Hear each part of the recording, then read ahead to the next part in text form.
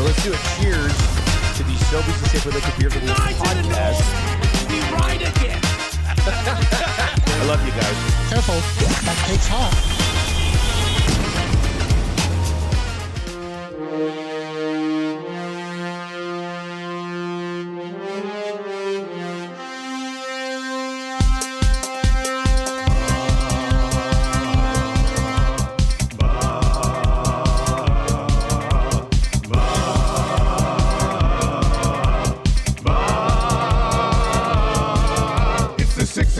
Check-in, come on, let's go. It's the AM Nasty Big Hello. It's not static, AM radio. It's the Cool Ben Red Hot Nielson Show. Let's go.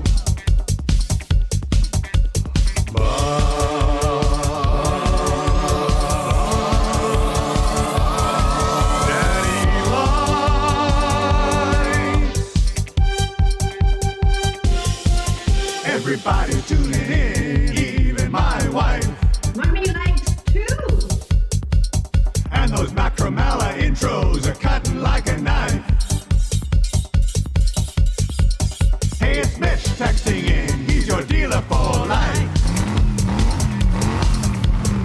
Let's crack at 6 o'clock and log in with some sirloin bites.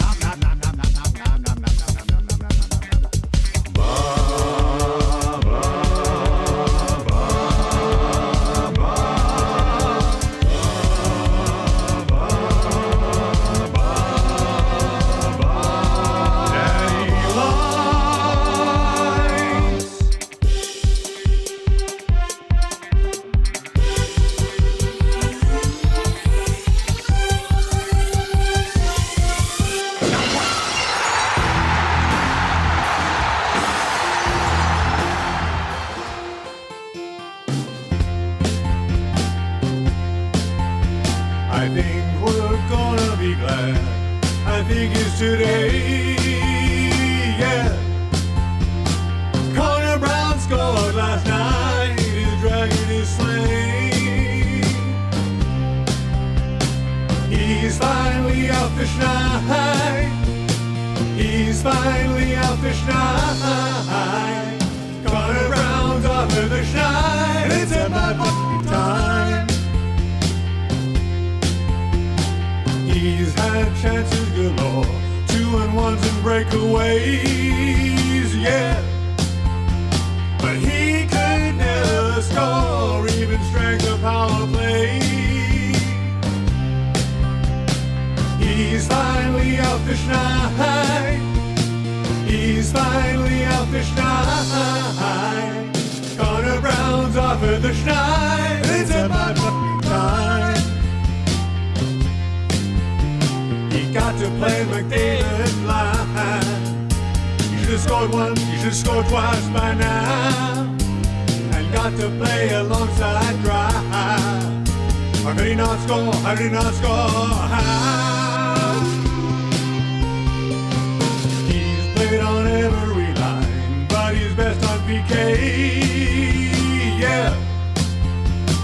He could never find the twine till he found his last game. He's finally out the schneid. He's finally out the schneid. Connor Brown's off of the schneid. It's about fucking time. It's about fucking time. It's about fucking time. It's about fucking time.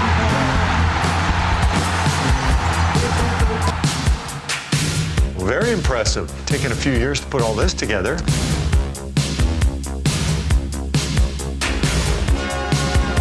It's not a one-year quest because it's so hard to get your hands on.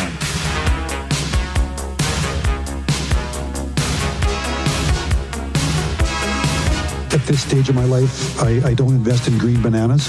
It's a lifetime quest. Just not sure if I'm going to be around long enough to see them ripen to be yellow.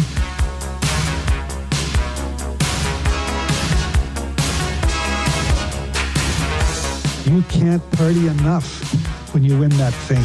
It's a party machine. Party machine. That's why it's the Stanley Cup.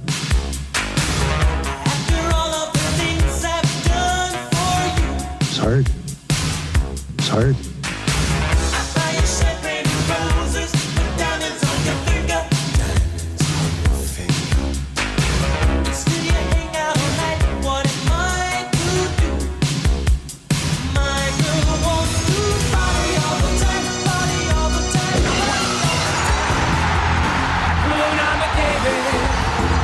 What a wonderful phrase. Hakuna McDavid, ain't no passing craze. You have no worries because of the way that he plays. Yeah, say it, kid. He's the next Gretzky from the draft lottery. Hakuna McDavid. Hakuna McDavid. Hakuna McDavid. Hakuna McDavid. Hakuna. You have no worries because of the way that he plays. He's the next Gretzky from the draft lottery. Hakuna McDavid.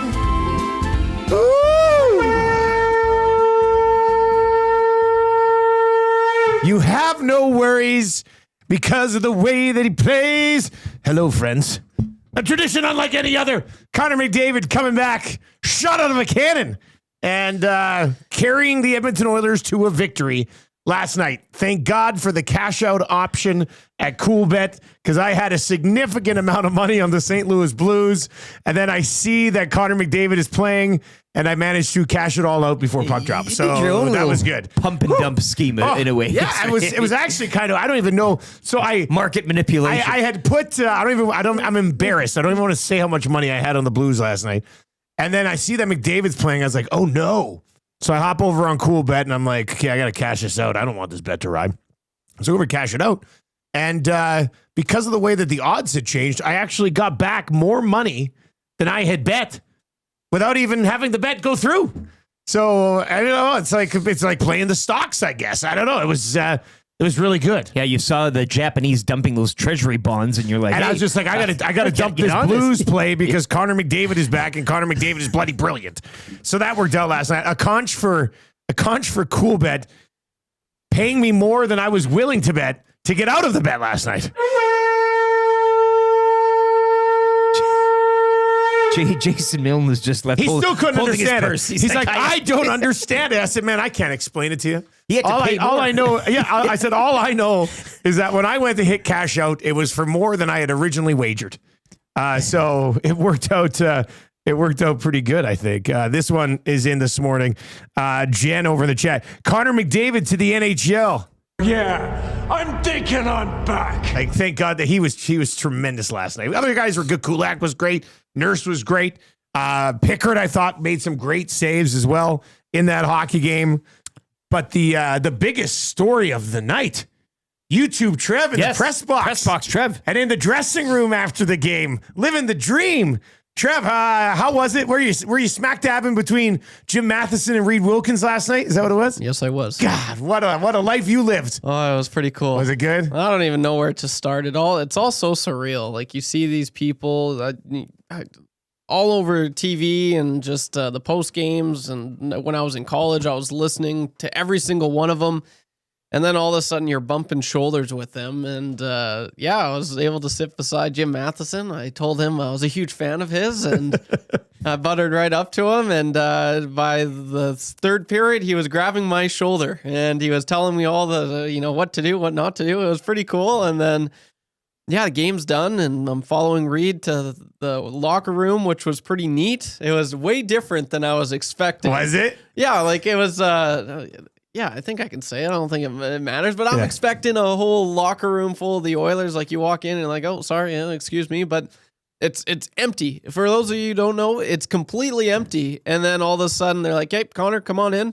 And then Connor walks in. There's awkward silence, and then before you know it, lights, camera, action. It's go time, and it was pretty cool. I was trying to be I wanted to be in the background of one of the shots. I was trying so hard, and I was, but then this taller, younger gentleman, he's like, "Oh, sorry, I need to get in here." I'm like, but I wanted to, I was gonna make some. You're gonna weasel in on the I wanted side. to make severe eye contact with the camera and just not blink. That's what I was going for. I've always wanted to do that. So it was pretty cool, though. Lots of really cool stories. Was in the Oilers Hall of Fame room, which was pretty cool. Yeah, that's right. But just being that close to McDavid. I mean, oh God, I love you, Trev. Wow, I'm like, there he is, in the flesh. And then I was so tempted to take a photo. I wanted to so bad, but then I was like, my phone was on silent, but I was like, having nightmares. The last thing I wanted was it's just silence and you just hear, and then everyone looks over at me like, who did that? And so, but yeah, it was, if you did, I'm pretty sure members of the media would have taken you out back of the rink after and beat the crap out of you. That's probably it. Oh, that's so cool. Okay. I'm glad you had that experience last night. Yeah, thank you. And Reid Wilkins is a great guy to be flying shotgun with and under your wing. We'll have to get Reid's report card on Trev at the game from last the other. night. Yes, he'll be on. Reid will join us. Yeah, a Trev report card. Let me make a note on that so we don't forget it. Buddy, I'm happy for you. Trev kind of living the dream a bit last night for himself. So that's cloud nine. I was on cloud nine. That's pretty cool, man. I love it. All right, you can text us anytime at 780-218-9999. The Nielsen Show, as always, brought to you every single day by South Fort Chevrolet. 0% financing up to 72 months, or save up to $8,000 on 2025 Silverado 1500s. Drive a little, save a lot at South Fort Chev. We got a pretty jam-packed show. Keep those text messages flying in this morning, okay? One of you are going to win text of the day today. You text us in the Paris Jewelers inbox. 22 stores in 4 provinces, including West Edmonton Mall, Kingsway, Londonderry, Sherwood Park Mall, and St. Albert Center. www.parisjewelers.com. And, of course, one of your text messages today, probably a tradition unlike any other text.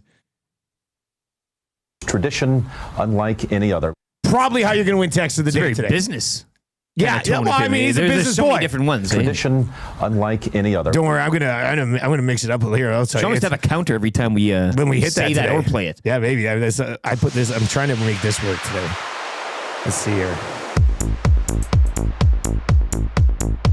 Tradition unlike any other. Hello, friends. Hello, friends. Tradition unlike any other. Hello, friends. Hello, friends. Hello, friends. Tradition unlike any other. Hello, friends. Hello, friends. Hello, friends. It's the Masters, baby. Yeah. Hey, we gotta have some fun with this. Give me sprinkle a little Nick Faldo in there. Hey, You mix in a little bit of that too. Oh, I'm working on it here. Let me just see. This is all live. This is all live streaming. If you're on TuneIn or iHeart or at EdmontonSportsTalk.com, of course, you can text us 780-218-9999. We'll lay out the show for you. Keep that inbox hopping today. If you're watching over on YouTube, let's hammer the thumbs up for us. We're already at 51. Let's change 100 here immediately. Big anniversary as well. Let's go. 500 like show. Oh, is that why? You know what? It's funny you bring that up because I was scheduling a bunch of tweets for the show this morning, and I saw a little thing pop up in my DM, and the first thing I thought is, Surveyor Brett must have something for us. So is that what it was? He is the show station historian. Yes, first time This was Nielsen our show. first ever 500 likes last year, April 10. Wow. That's great. And now if we don't hit 500 likes today, a year later, we're a major disappointment. Before the show is over, just to kind of clear that up as well. It's not like it's... Yeah, well, let's be a part of an anniversary today. Okay, hammer the thumbs up for us if you are watching over on YouTube. Everybody should be pretty fired up with the hockey game last night. Let's lay out the show for you. We will get into your morning announcements. Morning after show coming up around 6:30. The Fan Zone for fansfirst.ca. Hopefully you got into the game last night with no fees by getting your tickets at Fans First. Luke Gazdic, I don't know if he'll be wearing his Connor McDavid socks this morning like he was last night. But he will join us just after 7 o'clock today. We will have your hotline of the day for Cool Bet. I got beef coming up just after 7:30 for Acme Meats. Reid Wilkins will pop by around 7:45 in his regular Thursday spot. And then the 8 o'clock hour hits us with a little kind of easy trivia. 3 questions too many. Fired up for Gemco Fireplaces and Napoleon Fireplace Products. Scalding hot takes presented by The Ranch, where Murray McCourt is at the Masters. So he's not going to join us, but Scalding Hot Takes by The Ranch. The Ranch opens up on Tuesday. You can start booking tea times today at 1 o'clock.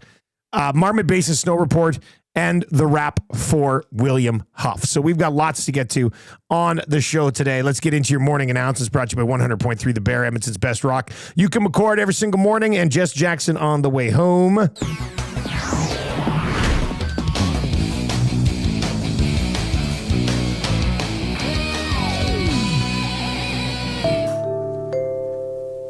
Pious, down on one knee. Tradition unlike any other. Hit me, Dustin. Hit me. God, Strummy, that's a deep pull. I like it. 780-218-9999. 780-218-9999. Rush, the beer league goalie, is in. I've never seen that handle before. Hosling a piss missile directly into the water on hole 1 at the ranch. Tradition unlike any other. Brent P., a first-round Maple Leafs exit. Tradition unlike any other. Jack Michaels saying, off the clavicle. Tradition unlike any other. All right, so keep those coming in today. 780-218-9999. 780-218-9999. How's your evening, Rick? Good. Yours? Yeah, mine's pretty good. We haven't even got to the big game yet. I left my wallet somewhere yesterday, a public place. A public place. Yeah, so had a meeting yesterday afternoon, and then I had promised the Muzz that I would take her to swimming lessons because they both have swimming lessons on Wednesday. Hers are at 3:30, and Marshall's are at like 7. So usually I'm napping, but I told her I was going to take her. So I had this meeting. So I get down to where they do swimming lessons, pop in, switch with Tam. Tam goes home with Marshall. I'm staying with the Muzz. Good little swimmer herself. She's coming around. Very good. It's a genetic. My swimmers make swimmers. Yeah. Simple as that. And you can trace that back to the old country in Finland as well with your... It's a very popular thing in Finland to swim year-round, essentially. Yes. So then I get home after her swimming lessons. I'm walking in, I'm like putting my stuff around. I'm like, wait a second, I don't have my wallet. Where's my wallet? And that is a panic, eh? Because I'm instantly thinking, oh man, somebody's going to steal my life now. That's probably what you usually think. For people that don't know, you have one of those old, like it's a leather bound, right? I got my wallet right here. I got my wallet right here. This is my wallet right here. Yeah, okay, so it's like a... It's a nice wallet, actually. It's not one of the ones connected to the phone or anything like that? No. I could have a money clip here, but I really don't carry cash or have much money in general. So traditional But wallet. it's not too crazy big. Yeah. But I remembered, I was like, I took it out at swimming, and I must have just like put it down beside me. So then I was going to drive back, and Tammy's like, you idiot, let's just call and see if it's there. I was like, okay. So she called. And she's like, can you go back into like the pool area? He was sitting this one side. There could be a wallet there. And they're like, we have it. I was like, man, thank God. And then Marshall had swimming lessons at 7, so I went back with him. And did they find it based on the call? Like she called, they go and look? Or did they already have it at the... It was still sitting out on the bench a live action, by the like pool. You were kinda, She's like, I'll go look for it. She comes back, they got it. And then we get there for Marshall's lessons at 7. He goes, Daddy, can I go get your wallet? Sure, man. He walked up. He goes, my daddy left his wallet here. And so, man, but what a bullet dodge. This is good, though, because nobody found it and turned it in, so you didn't have to kind of pay a bit of a... Yeah. If somebody... who's the person? Here's my Nexus card. Or something. You can have that. Because I don't have... like. So, it just quickly in that situation, when there's no cash in my wallet, and somebody was to find my wallet and give it back to me, like, do I e-transfer them? Like, what if I don't have any cash in there? What am I supposed to give the guy? I found a fat wallet. Did you? Those ones with like the cowboy stenciling on it, like that, like an old man filled, like there was cash coming out of it. It was outside of a restaurant. I took it back into the restaurant. Did you? Well, I mean, what are you going to do with a wallet? You're not going to use it. But it was like there was cash. Yeah. Well, you're a nice guy. You could. EST, the nice guys. But maybe they weren't even in that restaurant. Maybe the wallet's still, like maybe it's just sitting in a drawer now still. And he never thought to go back. It's gone. Like you never know, right? Like it. 780-218-9999. 780-218-9999. Nice wallet, though. It's a good wallet. I thought you would have pulled out a Velcro. No. I do have a Velcro Super Blue Mario. Jays wallet Okay, from yeah, the yeah, 80s, which I mix in sometimes. This wallet has been, that's probably 3 years old, buddy. And look how high quality this thing is. This is not one of those things that pops up on Instagram. It's like, buy it now for $18. It's not It'll a thick protect your leather. cards. It's like a... No, it's nice. I got everything I need in here. You know, it's nice. It's pretty good. I keep all my important things in Trev, here, what's your wallet like? Do you have a huge wallet or are you a little wallet guy? I honestly, it's gotten a little It's thinner a little thick now. over the days. But Oh, geez. This Oh, is- I think it might be the one I found shadows. outside the restaurant. this is That's pretty thick. It used to be thicker, but I had to take out quite a bit of You stuff. have to clean some stuff up. I had to, a lot of receipts in there. Do you have any mints in there? Unnecessary reasons. Toothpicks. You have a toothpick in your wallet right now. Few toothpicks. Now, that's actually somewhat convenient because sometimes you'd be like, oh man, I wish I had a toothpick right now. I have this. This one's funny. When I was in Vegas last, there was this guy's card. When you go, when you're gambling, you can get this cool card, right? Yeah. And I ended up getting pretty sloshed. I accidentally took someone else's card, and I still have it to this So day. you're carrying somebody else's gambling card from a Vegas casino in your I don't know if wallet. I can say the name, but William Furnace. William Furnace. And near the end of the night, I remember they're like, "Wait, William." I'm like, "Why are you always calling me William?" And then I look, I'm like, "Oh, that's not me." So I do want to imagine a world one day where I hear somebody's just like, yeah, this guy always comes in here. His name's William Furnace, and I know it's you under your fake alias. I do like what's his name? Oh, his name's YouTube Trev. But his secret name, his secret life is William Furnace. Billy Furnace. Oh, Billy Furnace. Now there is a guy. they called me William all night. I'm like, "What do you mean?" I took someone's card. Oh, God. All right. It's Dustin Nielsen, Lieutenant Eric, and William Furnace with us here on the show this morning. We'll keep you up to date. You got a busy day with the updates, eh? The leaderboard at the Masters? Not really. No, okay. I do have the app downloaded. Do you? The Masters app is really... Well, you want an update now? I mean, it's... I was just going to brag about the app. Oh, there it is. Davis Riley. 1 under through 2. Yeah.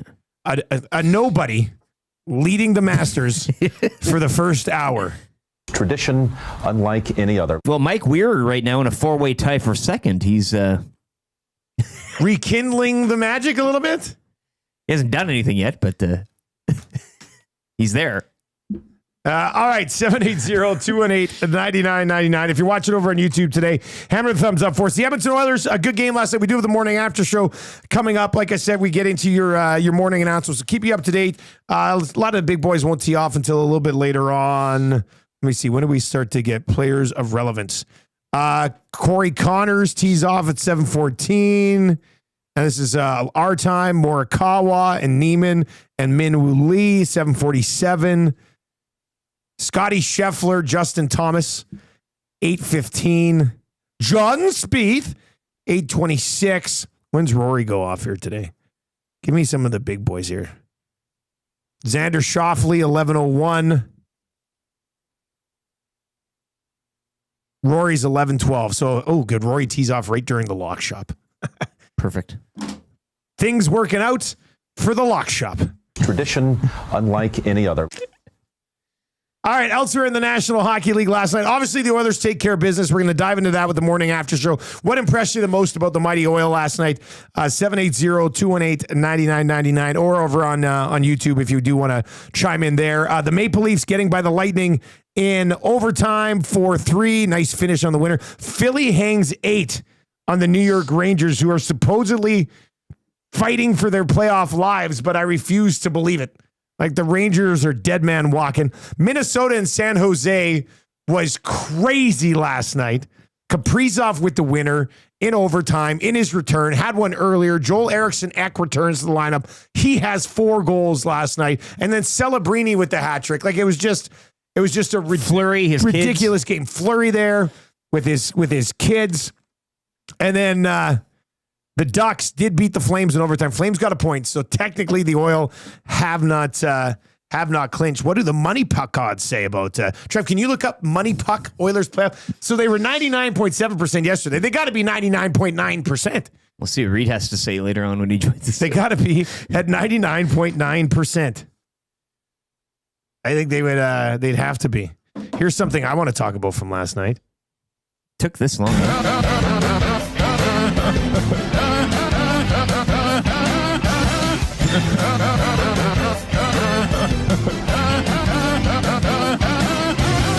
14 likes away, by the way, from 100. Hit it now. Let's smash through that. Trev, did you look up the money puck numbers?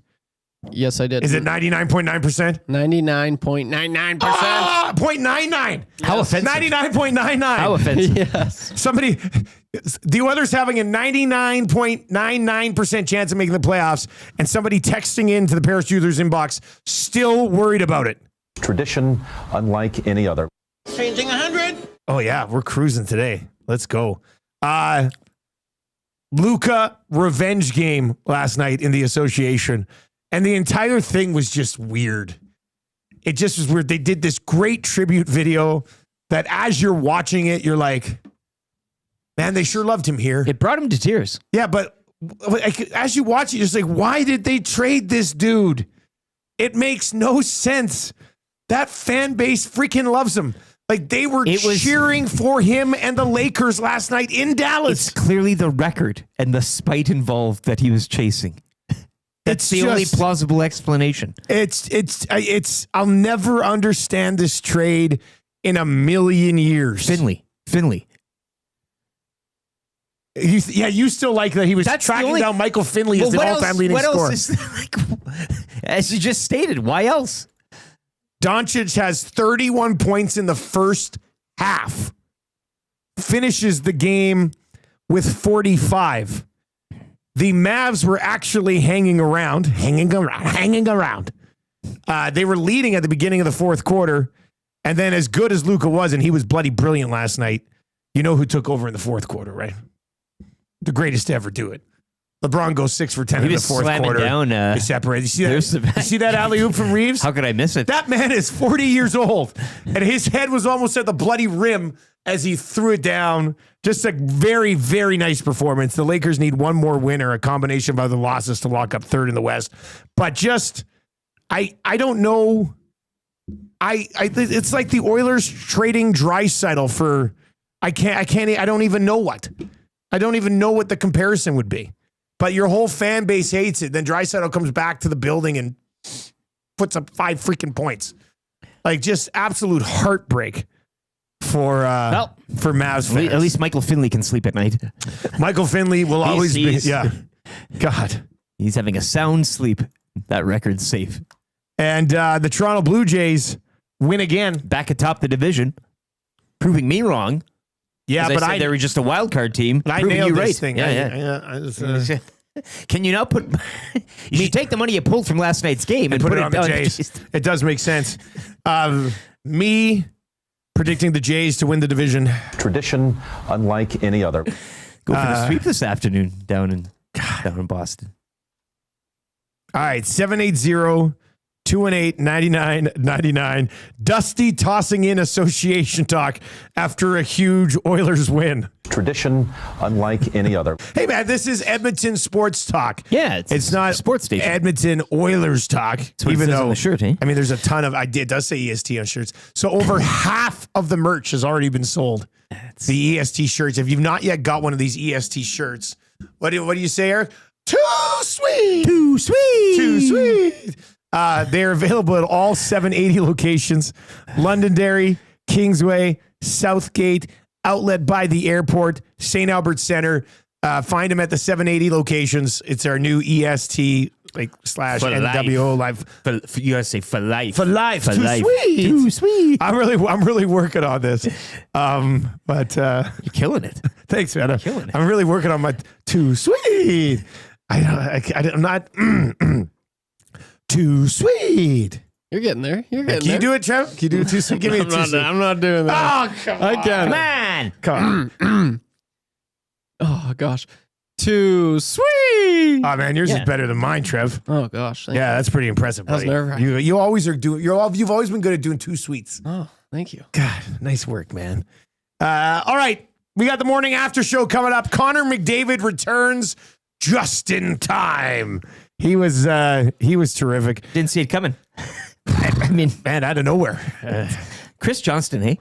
Yeah, I can't believe those close. Frederick I not can't back to believe playoff those close to time. the team didn't have this. Just- must have a line. CJ rolls in and drops it. We should have always known that Frederick wasn't really ready to play until the playoffs because Chris Johnston knows.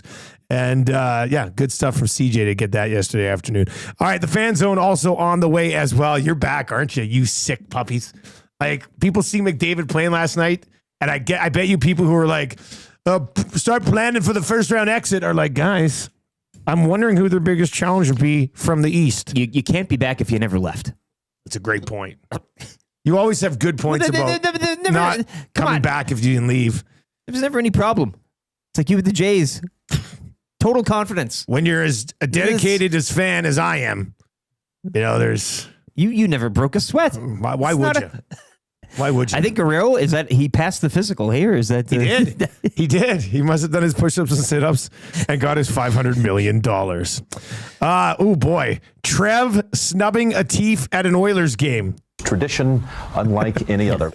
Or you can hit the too sweet again if you like as well. Too sweet. Wouldn't expect either. All right, let's get to keep those tradition unlike any other text messages flying in. It's how you're going to win A&W text of the day today. Get them into the Paris Jewelers inbox. Billy Furness, William Furness. Oh, Billy Furness. William William Furness. Furness. Do you mind hitting the sports update bed for old Lieutenant Eric over here? Yes, sir. All right, let's do it. Oilers complete the season sweep of the Blues with a 4-3 victory down at Rogers Place. Connor McDavid returning to the lineup with 3 helpers. Connor Brown, a pair of goals, including the game winner with 21 seconds remaining. The Oilers back in action tomorrow when they welcome in the San Jose Sharks. Sharks last night falling in overtime 8-7 to the Wild. Kirill Kaprizov, second of the game, would be the winner. Ducks rally past the Flames 4-3 in overtime. Leafs also overtime winners in Tampa 4-3 over the Lightning. And the Flyers dumped the Rangers 8-5. Action tonight, we'll see Dallas hosting Winnipeg. Ducks in LA to battle the Kings. Golden Knights at home to the Kraken. And the Canucks on the road in Colorado. The Toronto Blue Jays moving back atop the AL East. They improved to 8-5 following a 2-1 victory over the Red Sox. Tradition unlike any other. Jays look to complete the 4-game sweep later this afternoon. First pitch 2:10. Luka Doncic 45 points in his emotional return to Dallas. Lakers knock off the Mavs 112-97. Nikola Jokic, he had his 32nd triple-double this season as the Nuggets dumped the Kings 124-116 in the first game since firing coach Michael Malone. And the Raptors routing the Hornets 126-96. Grizzlies host the T-Wolves tonight, one of 5 games around the association. An opening round from Augusta. The Masters is underway this morning. Taylor Pendrith, Corey Connors, Mike Weir, Nick Taylor are the Canadians participating. Up next, we'll take a deeper dive into the Oilers' win over the Blues with your morning after show as Hour 1 of the Nielson Show continues here on Edmonton Sports Talk.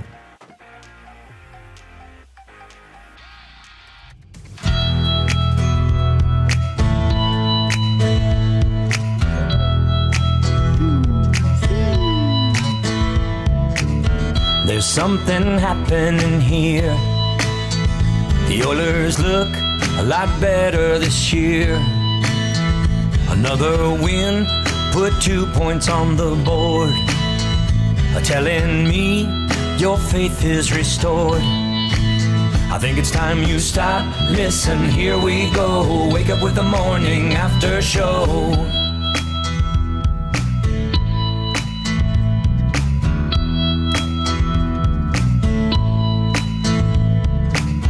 This year's team's looking strong. Connor and Leon, they can't do no wrong. 6 o'clockers are losing their minds. Getting so many messages on the text line. Think it's time you stop, listen, here we go. Wake up with the morning after show.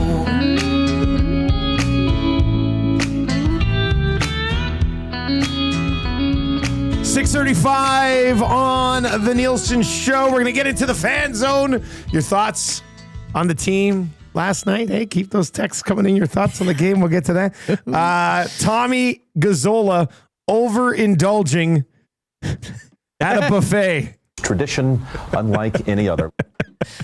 I would have loved to see if Nance on the call, like doing the play-by-play of him at the buffet. Like, hello, friends. Look at Tom Gazol over there. He's been trading. And here he is having the time of his life. All right, keep those tradition unlike any other texts rolling in. Pat in the county on that sports update bed. Billy Furness nails it again. I do want to make sure we don't forget the fact that Trev did reveal us today. Trev, when was the last time you were in Vegas? Because you said it's the last time I was in Vegas. 2 summers ago. Okay, so almost 3 summers ago then. Yeah, I guess. Okay, so for almost 3 years, you've been carrying a Players Club card of a guy named William Furness in your wallet. I am William Furness. Oh, it was so funny. Like, I remember so many laughs. Like, I'm like, I don't even know how. And I just, like, everyone was calling me William, like Mr. Furness. Yeah. Like, why is everyone saying this? And then, like, I don't know how did I go up to his machine and take his card out. I sat down and was like, oh, like, is that my card? I guess I already put it in. I have no idea. But it is legendary. No, that's too funny. Crazy things happen if you're having a beverage or two. Yes. I was one time with Evan Dom from the Elks. We were at an event and we'd overindulged a little bit. And I found him at a bank machine.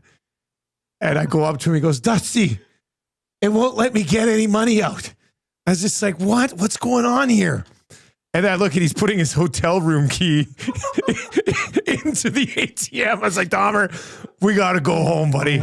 And that was actually in Saskatoon of all places. We're not even talking Vegas. That was at a cabaret in Saskatoon. Cabaret. Yeah, I'll never forget that. I'm like, he's just so sad. He goes, Dusty, it won't give me any money, and he was putting his hotel room key in there. Shout out to you, Dahmer, now the vice president of like everything with the Elks. But man, was he a mess for a bit. It's night and day. Yeah. Really good stories there. All right, let's get into your morning after show. The Edmonton Oilers, as the great band AC/DC once said, taking care of business last night. Oh, yeah. Yeah, they were didn't start great, but ended up playing a pretty good game. Ryan Suter, shorthanded, opening the scoring. And then it was Connor Brown. He's fine. That was his 10th of the year. And then Podkolzin finally buries one right in front. Puts home a rebound. Nurse and McDavid with the assist on that one. McDavid with the assist on Brown's first of the night. And then the third period was just a fun period of hockey to watch. Like overall, and it had probably about, well, I'll just say it, 97% the reason the game was fun to watch last night was because of Connor McDavid being back in the lineup. Kyrou scores his 34th. Arvidsson, greasy one around the net, his 14th. Then Buchnevich would bury one. And then Connor Brown with 21 seconds left in the hockey game from who else? Connor McDavid. Evan Bouchard also picking up an assist on that one. And we're going to hear what Connor McDavid had to say after the game. Not just you got time, Trev. So no, we got time. We're going to break down all the other stuff first. EST, big moment that happened in that game last night. What are you going with? I'm going to rewind the tape a bit prior to that winning goal, and Darnell Nurse being the hero on the opposite end breakaway that the Blues had going down the ice. I mean, that you talk about the third period, but that final kind of minute there, providing a lot of drama. But yeah, I'll say Nurse. I'll take it just a little behind that game-winning goal. Because obviously that's pretty easy to pick. I mean, with 21 seconds left. But Nurse going back and having a pretty tidy night as well, but saving what could have been a backbreaker there. So how things change in less than a minute. But I'll say Darnell Nurse backtracking, getting that retrieval, setting up, and the rush going the other way for the game winner. Just a couple quick texts. Cliff Clavin texted in this morning. He says, that would be BTO taking care of business. We got one. And Rush the Beer League goalie says, Dusty, that's a Bachman Turner overdrive. Ladies and gentlemen, we got one. People getting fooled by my band references. Tradition unlike any other. It's too easy. You suckers. It's too easy at this point. You suckers. You don't think that I know BTO did taking care of business? BTO, little TCP? I was messing with you. Fools, I tell you. All of you fools. This will not be remembered from the game, but I tweeted about it last night when it happened. It was a good moment. It wasn't the big moment that happened in the game. But Dvorsky's 10th overall pick in 2023, I think. He's going to be a good player. Blues got a couple good guys that they're working in. they had a nice transition here. Going from that older group, keeping Shen around and Parayko and some of those guys, but then also having like the middle group with Thomas and Kyrou, but then adding, I think the Snuggerud kid's going to be pretty good. Jimmy. This Dvorsky was a top pick as well. Jake Neighbors, like they've done a nice job with the whole transitioning there in St. Louis. But the one save on the Dvorsky kid that Pickard slid across side to side and got there and made that save, and I tweeted about it. And I've tried to have as fair of take as I possibly could on Stuart Skinner throughout the year. But like that's a goal, or that's a play that I think if Skinner is in net, probably ends up in the back of the net. Because most of the time he plays that with a push and then like the lunge with just the left leg sort of.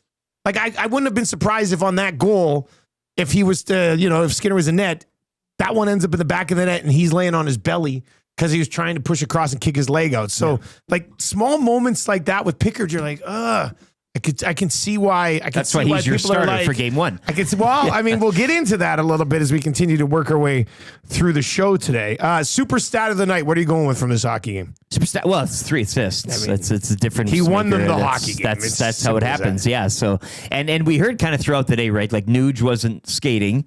Yeah. Illness for him. Wallman was a late. It looked like it was going to be a disastrous night for the Oilers. Holy hell! What are we going to lice here? But you throw McDavid into that bunch, and look what he can kind of conjure up. So yeah, 3 assists returning. I think March 20 was the last time he was in action. Massive difference last night. I don't know how you can really look at anything else. No, you can try. I mean, but Connor Brown having 2 goals is nice, but it's you mentioned because too, of Connor McDavid. Yeah. And McDavid comes back, plays 20 minutes. We're going to hear his post game here right away as well. So we'll get to that in just a second. I think what I guess I'll look at just outside of McDavid, I mean, McDavid's going to get a lot of love on the show today. Gazdic coming up, Reid Wilkins coming up. They were running 5D last night. Kulak plays a career high 29:04. Thought he was excellent.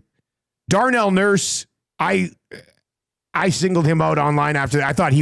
I loved Darnell Nurse's game last night. He's my 4th star. I thought Nurse was a beast last night. And then Bouchard, so those guys played 28-15 for Bouchard, 28-06 for Nurse, and 29-04 for Kulak. So those 3 horses on the back end. Nay. 3 horses on the back end. Just Clydesdales, eh? Just big old clop, Clydesdales. Budweiser. Kulak had 5 shots on goal last night as well. So you got to give some love to those 3 guys in the back end playing essentially half the hockey game and doing a very good job of it.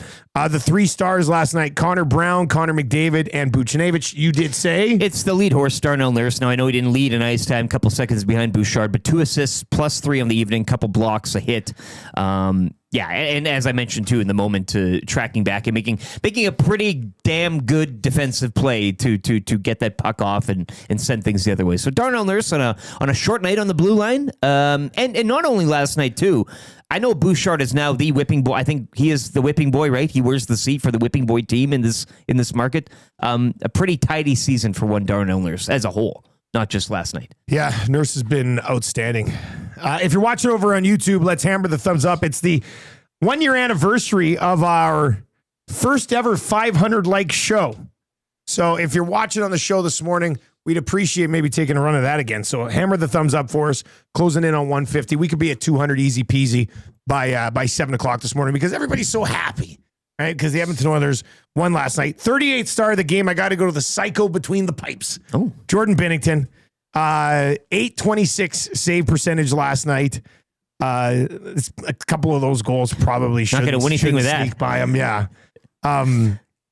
And then of course pointless as well. Like a bit of the meltdown. Yeah, from Binnington last night, yeah. which you don't really expect, but you're never surprised by it. A bonus as a home fan watching him on the road, right? Like that's you paid for admission, either through fans first. Gets to unravel a little bit. Yeah, a little Binnington meltdown is always nice. Yeah, so we'll go Binnington as your 38th star of the game, and I'm sure if he was sitting here right now, he'd try to slap me upside the head for doing that. Take that, Jimmy Snuggerud. You're off the hook. All right. 780-218-9999. Keep the text messages coming in. We're going to dive into the fan zone shortly here. Your reaction to the game. How much are you maybe overreading into it or reading into it? We love to read into losses. How much should you read into a win like this? We can definitely get into that. But here is the captain, Connor McDavid, who returns a little bit sooner than they were expecting, to the point where the Edmonton media relations yesterday sent out a message to the media saying, just a heads up, no McDavid, no Draisaitl tonight. Like, that was a message from them, unprompted yesterday. So they were not expecting Connor McDavid to play. Like, the guys who handle media relations for the team were like, he's out tonight. So, ultimate twist in the afternoon. Who knew what and when did they know it? Comes back. With the way he looked last night, I am fully on board with they're just load managing, and I'm totally okay with that. And I love that it's happening in the National Hockey League. But so don't say it. No, I know. Here's Connor McDavid after being shot out of a cannon last night for the Edmonton Oilers. Yeah, I felt like I'd missed 3 weeks. It's not easy, obviously. Guys are coming in, or they're obviously playing real well. Quick team. Took a little bit to get into it, but overall I thought it was a good win. Can you kind of take us through today, this morning? People weren't sure you're going to play. What kind of changed in the afternoon? Well, obviously it's a difficult situation for our group as a whole. Guys coming in and out of the lineup, sick, hurt, whatever it is. Short numbers. Obviously we go 5D, so gutsy effort by them. Kind of a crazy day for our group, obviously, just with not knowing who's going and whatnot. So I'm just happy to get in there. Connor, did you feel you needed to play given those circumstances? You maybe wouldn't have otherwise. I wasn't taking anyone's spot, so I thought it was an opportunity. And hey, if it was no good, like you go out and a couple shifts, no good, come off. I wasn't taking anyone's spot, so obviously felt good. No problems. Did you need to see that yourself, go a few shifts in and game situations and say, okay, I'm good, because it's obviously... It's tough. It's that time of year. It's that time of year where there's not many practices. I've been skating by myself. I don't know how many more tight turns I can do before you just got to go, Obviously coming back from injury sucks mentally for any athlete, but especially, in hockey, so unpredictable. There's so many variables, things that you can't account for. So, it's nice to get that out of the way mentally. Is it something you're confident, Connor, that it's not going to linger, that once you're back, you're okay, and it's maybe more of a mental hurdle than physical? We got a great medical staff here. I'm confident we're going to get everybody ready to roll when it comes time. Everybody's kind of on their own path. Everybody's kind of trying to, do whatever they can to get ready when it's real. Part of that for me is getting into games and feeling the puck and getting into different situations that only a game can provide. In 8 games, what was the toughest thing for you to get back? Was the timing there, the hands? What did you feel? Kind of everything. Timing is always, that's what guys always talk about. It's not something you can't even replicate in a game, skating by yourself, or replicate in practice, skating by yourself. So, the pep drills don't account for all that other stuff. So, it was tough. What's it like for this group to see a guy like Connor Brown score 2 big goals there, especially that winner with 20 seconds left? Massive, obviously, and that's what it's about. Guys stepping up. We've had different guys step up throughout this kind of injury bug and sickness bug. A lot of guys are stepping up and playing good hockey and contributing. It hasn't been easy, obviously, but I thought the guys have battled hard. I know you guys, you'll make the best of the situation, but maybe not ideal coming down the stretch to not have the group together and get some consistent lines and such. What do you think that challenge would be like for you guys to kind of be piecing it back together just as playoffs start? Well, then it falls on everybody as individuals. It'd be great to have our full lineup in and get everybody up and running together and, rolling like a big machine, but obviously that's not the case, and it falls on everybody as individuals to make sure that they're doing whatever they got to do to be ready come that opening game. I know I'm doing everything I can. I see guys around here doing everything they can. Obviously not ideal timing, but we're a good team in here. We'll figure it out. 4 games left. Do you feel like there's still time to figure it out? Do you feel like if tumblers can all fall into place in time here? We'll see. And ultimately, it doesn't really matter. When the gun goes off, we got to be ready or not. So, and I'm confident we will be. Last one here, Connor, on the injury. Just, you've been through a few before. You've come back from ones before. You feel confident it's been sort of a learning process on the right way to do these things. I know it's probably a delicate balance between doctors and coaches and players. And what have you learned, and how did that apply today? There's probably better guys to answer this question, but what I learned today, obviously it's a big unified group here. Medical guys, management, coaching staff, players here. Medical guys are always looking out for what's best for the player, as they should be, as they always should be. And it's a player's job to be available and play and do his job. Everybody's just trying to do their job, and I thought the system worked well today with lots of communication with all groups, and unfortunately I didn't get to do this in the morning, so apologize to you guys on that, but ultimately it was a busy day for sure. You haven't quite finished yet, but you're getting closer to doing so. If and when you do, would you like to take a game off, or do you want to get in all 4 games down the stretch? We want to clinch, and then we can have those discussions. And did Calgary lose today in overtime? Is that what happened? Overtime. So we're 1 point, right? Still work to be done, obviously. And again, all those conversations will happen coming down the stretch. I'm sure there's guys that are itching to get into games. I'm sure there's guys that are looking to get out of games too, with how how much they've been used, and the workload's been kind of divvied up differently. So, as I said, everyone individually has to be ready, and There you go. That is it's Connor McDavid, the captain, after just a spectacular game last night for the Edmonton Oilers. He returns to the lineup. Said he felt like he had 2 weeks off, but he didn't look like it last night. He was absolutely flying from puck drop. 3 assists for Connor McDavid last night, including setting up the game-winning goal by Connor Brown. The troll is in. Let's get into the fan zone for fansfirst.ca. By fans, for fans, no fees. If you've used this service, you know it's a good one, so make sure you tell your friends about it.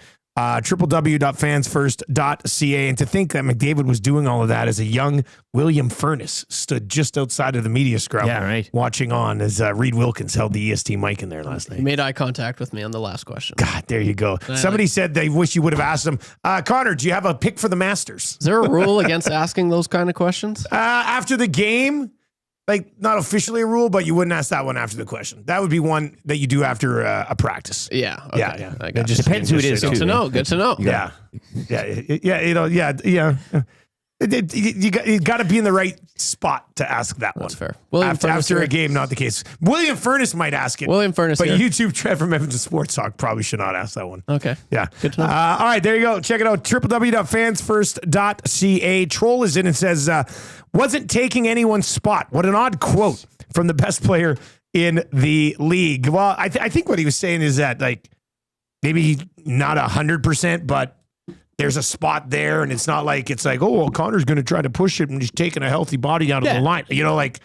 So there was a spot there just sitting there. They kind of needed him last night, and he decided to step up and go through whatever process he had to go through yesterday afternoon to convince everybody that he was good to play. And I do like him prove that last night, apologizing to the media for. I'll be honest. I was worried in the afternoon when I'm like, man, if Nuge is sick, does Connor play last night? And that answer is probably still no.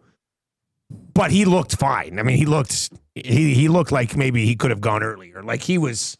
Did you see anything from Connor McDavid last night that made you go, well, I don't know? He looked like he was in tip-top shape, which is pretty exciting moving forward, I think. 780-218-9999. RCN in the chat says, Connor, Bill Furness here. Got a Masters pick?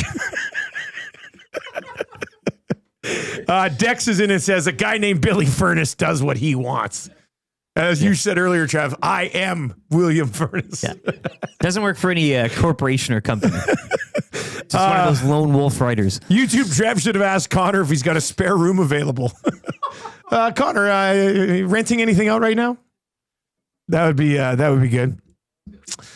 This one into the fan zone today. And your reaction to the game, obviously, keep those the fun text messages coming in as well on the a tradition unlike any other with the Masters underway. We're changing 163. Can we get 37 more here to push it up to 200 by 7 o'clock as everybody's fired up for the Edmonton Oilers win last night? Hampton Steve says, hey, Wyshynski's award watch articles dropped. Everyone in Edmonton can take a deep breath. Leon is running away with it. Over 40% of the first place votes for the Hart Trophy for Leon on ESPN's latest awards watch. Wyshynski lives to blog another day. Hey? So how about this team now? You've got Leon Draisaitl who's going to win the Hart, and then you've also got Connor McDavid. Like, what is this? The Los Angeles Lakers with Luka and LeBron right now? This is insane. Who's Austin Reeves? Well, lately it'd be Darnell Nurse. I like the way Nurse has played. That, yeah.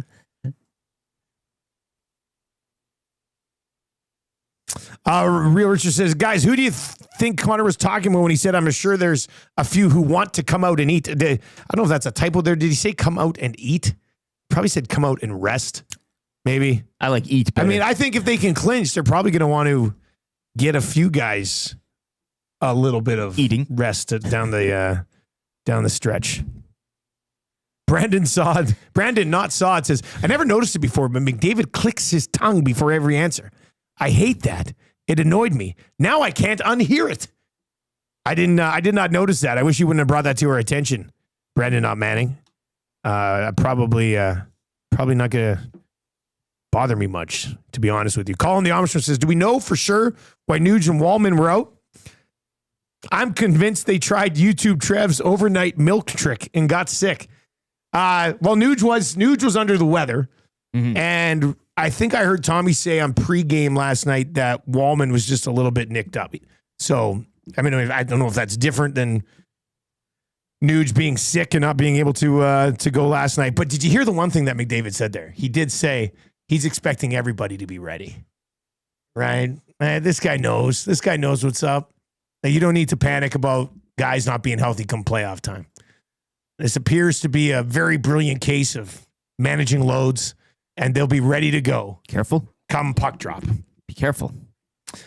Keep the text messages flying in, and over on YouTube, let's get that nasty chat going. I see a bunch of the guys over there. We're 26 likes away from changing 200 this morning. We do a heavy Oilers hour coming up in hour number 2 as well. We also have scalding hot takes today. That'll be around 8:30. But Luke Gazdic's going to be by just after 7 o'clock for Pro-Am Sports. And then one of our favorites, Reid Wilkins, will be by around 7:45. Trev, did you play Reid in 21 yesterday or anything? Did I miss anything? Yeah, he beat me in 21. Reid beat you? His first 2-game win streak since December. Against you? Since December, And you beat me yesterday. Yeah. Yeah. And Zach. Oh, it doesn't matter. Yeah. That's not saying much. We don't talk about Love wins you, over Zach here. Yeah, no. So Reid was doing the underhand thing again? Yeah. Reid Wilkins, the oldest member on the staff. He's got it. He's got this underhand. He's shooting underhand in 21 now on a hoop that is just above my head. It's kind of like Jackie Moon. It is. Except he puts a backspin on it. It's a little bit of a backspin on it, which makes it really easy in the rebound game. Yes. But Reid's he's got his little style here, and it's worked for him. He hit like 4 in a row against me the other day, and I lost it on him. I was like, "Come on, shoot the ball like a normal person." Yeah. What is this? It's a very consistent shot. I know. I wonder if we could outlaw it. They say there's no unders. I wouldn't be opposed to no that. underhand. Hey, come on, let's shoot it like a real basketball Yes. shot. You know. Anyway, the fun times continue. All right, Luke Gazdic's on the way. We'll take a look at the hotline of the day for our partners over at CoolBet. I got beef around 7:30. Save your beefs and then text them in like around 7:25. If you text them in now, they'll get lost in the shuffle on all this Oilers reaction. So get those beefs ready, but don't text them in until like when we're doing the CoolBet hotline of the day. And then Reid Wilkins will be by around 7:45 today. We'll get his thoughts on Connor McDavid looking absolutely terrific. This one is in no handle. I guess his name's Greg. He signed it Greg. McDavid's last minute coming back to play last night was like Thor arriving at the Battle of Wakanda in Avengers Infinity War. I cried. I cheered. I cried. That's pretty good. Let's wrap up the 6 o'clock hour with this from Dr. Dry. Kavis Reed's uncle pushing him to go get punched in the face. Tradition unlike any other. That's pretty good, man. Luke Gazdic on the other side of a sports update with Lieutenant Eric Ferniscu Glass.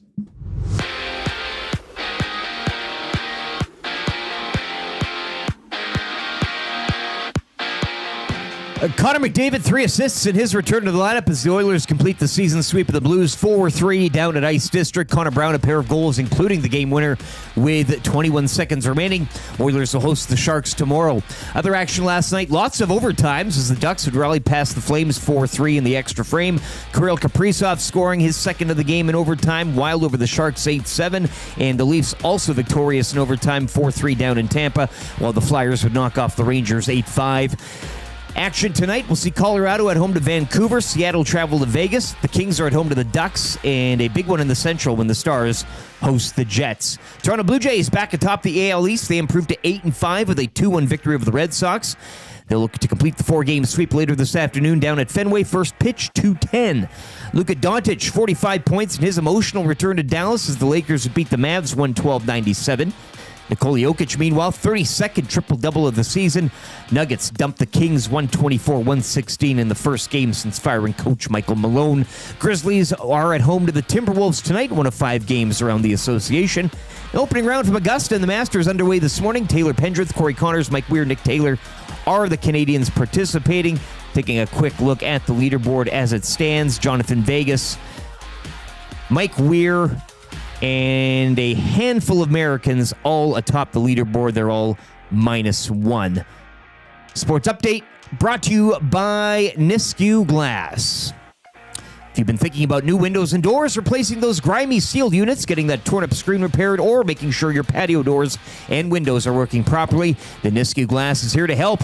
We can also get that chipped and cracked windshield changed and spruced up with a new set of wipers and water-repellent coating. Call us today to get booked for a free estimate and assessment. And remember to mention EST to receive a 10% discount on all residential, commercial, and automotive glass purchases. We won't just meet your glass needs, we'll shatter them at Nisku Glass.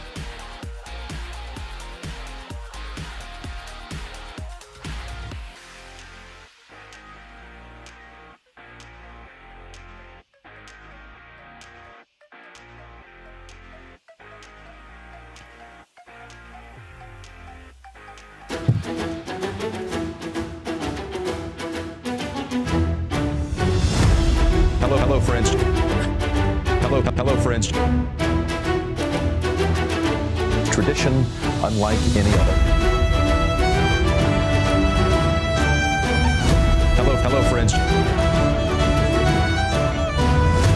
Tradition unlike any other.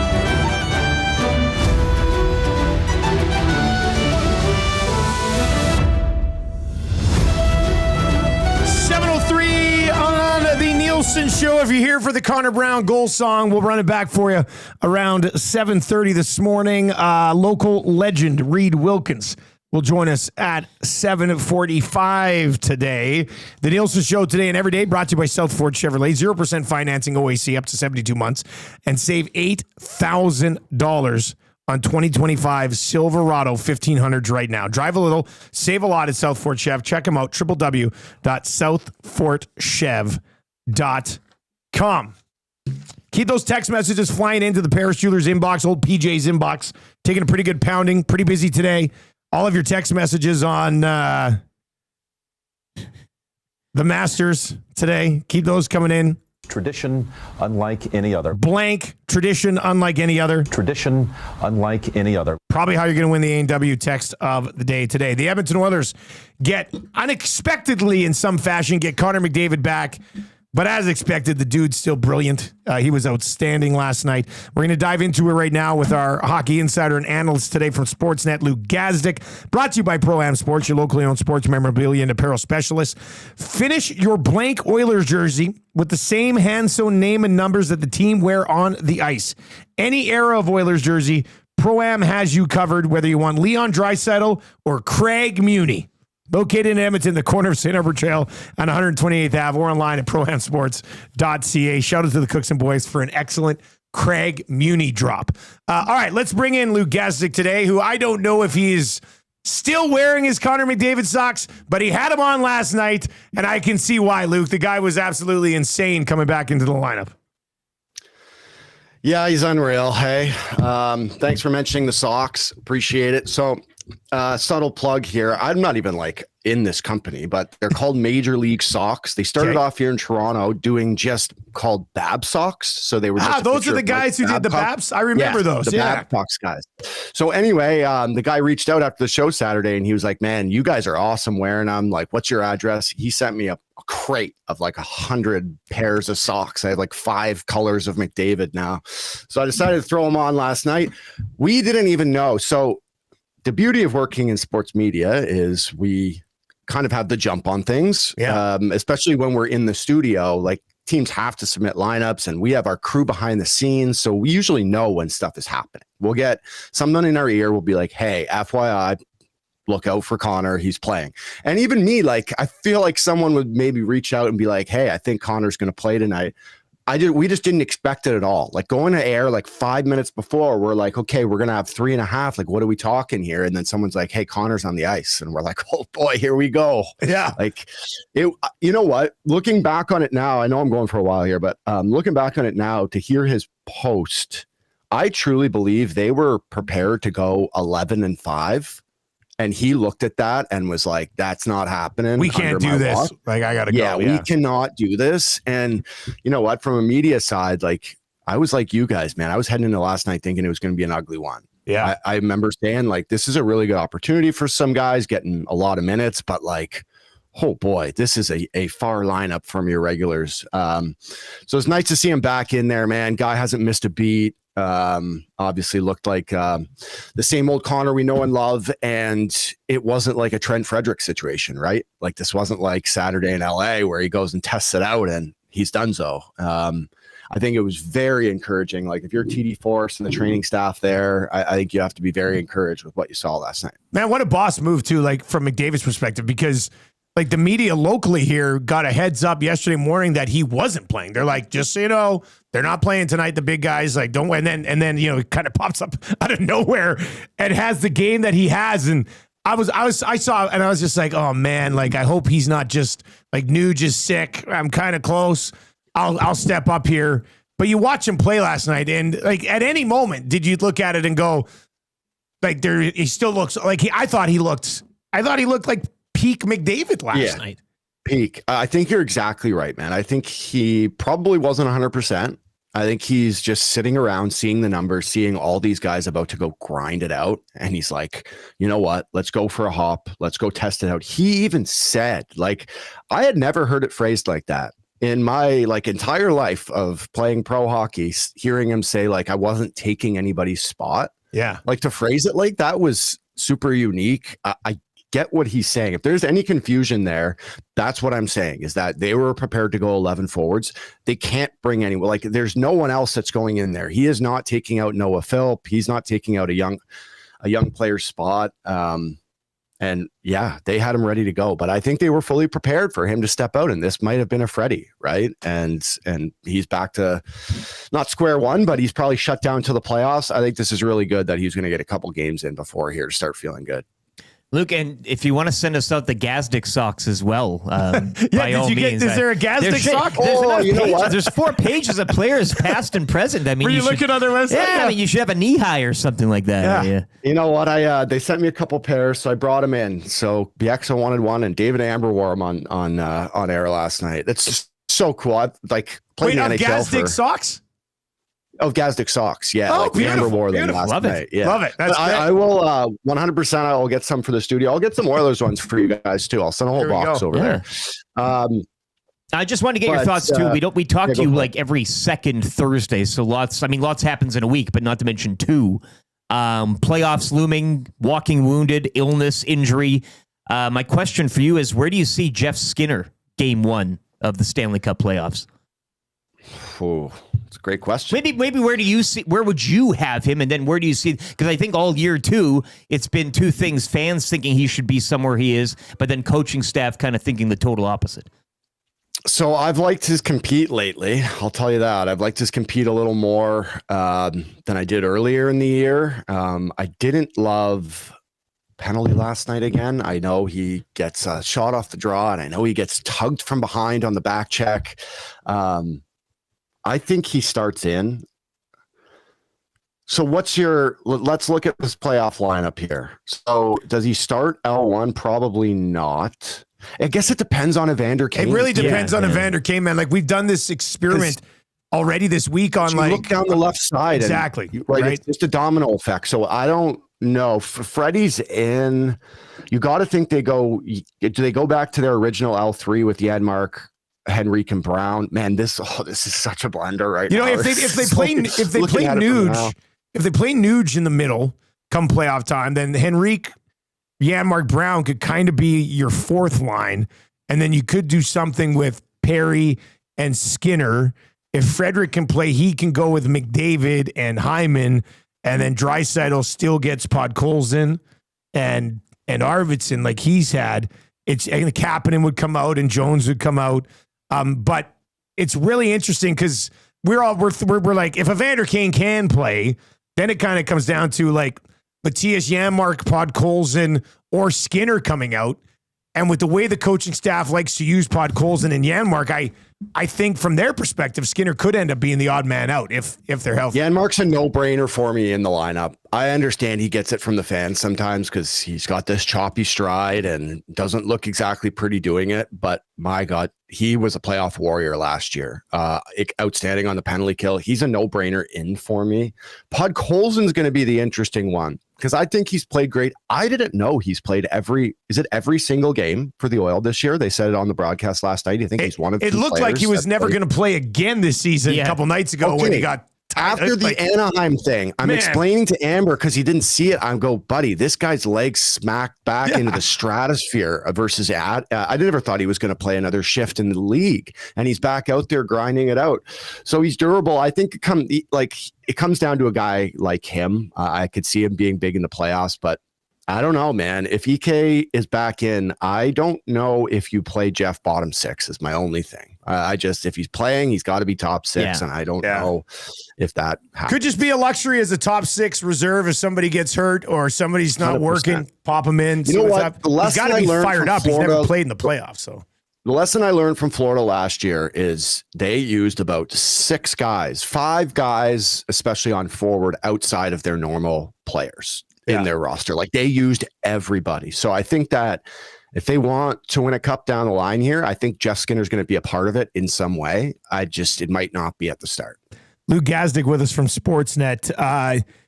So Skinner, I think, is going to be available. We're talking the other Skinner now, Stuart Skinner. I believe the reports yesterday were that he would be available for Friday. Pickard has played well since he's been out. Another win for Pickard last night. We know that Skinner has struggled, not the entire season, but for large portions of the season. And, we last week were like, man, has Pickard stole that number one job? Or I think the better conversation here is how much has Pickard changed the conversation around the goaltenders, do you think, heading into the postseason? I think that's a good way to frame it. He's definitely changed the narrative. Yeah. I'll tell you what, he's my game one starter. He is. And you'd go with him? Like 100% now. I think there was a bit of leeway for me, but especially with the few amount of games they have left. Listen, last night was classic Cal Pickard performance, right? Like it's not exactly the prettiest thing. He's not going to be flashy at all times, but he's going to make the saves he needs to make. He's going to grind it out and find a way. The only problem with Cal starting is you may need to outscore your problems every now and then. Like you're going to have to put up a 3, a 4, a 5 spot. And I don't know how many times that's happening in the playoffs. 4 should get the job for you done every night if you score that. But I don't know how many games he's going to steal for you. I think that's the benefit Stu gives you when he's on. When he's on, he might steal one for you. And I just don't know if Cal has that same mindset to him, but for me, I'm starting him and at least letting Stu be chomping at the bit to get in. Either or, but you made the good point the other day. If you're more comfortable about Pickard coming in from the bullpen, I just like if you're going to need both. Pickard struggles early in a series, then you're going to Skinner coming in with as coming from being the backup, whereas Pickard's used to that, right? So it's I think it depends if they get home ice. Does it depend if they get home ice? Does that change your opinion of it? If they start on the road or they start at home? I've kind of just accepted they're probably going to start on the road, so I haven't even thought about them starting at home, I didn't even think about that. I gotcha. I like Stu better at home. I think if he's starting a playoff series, or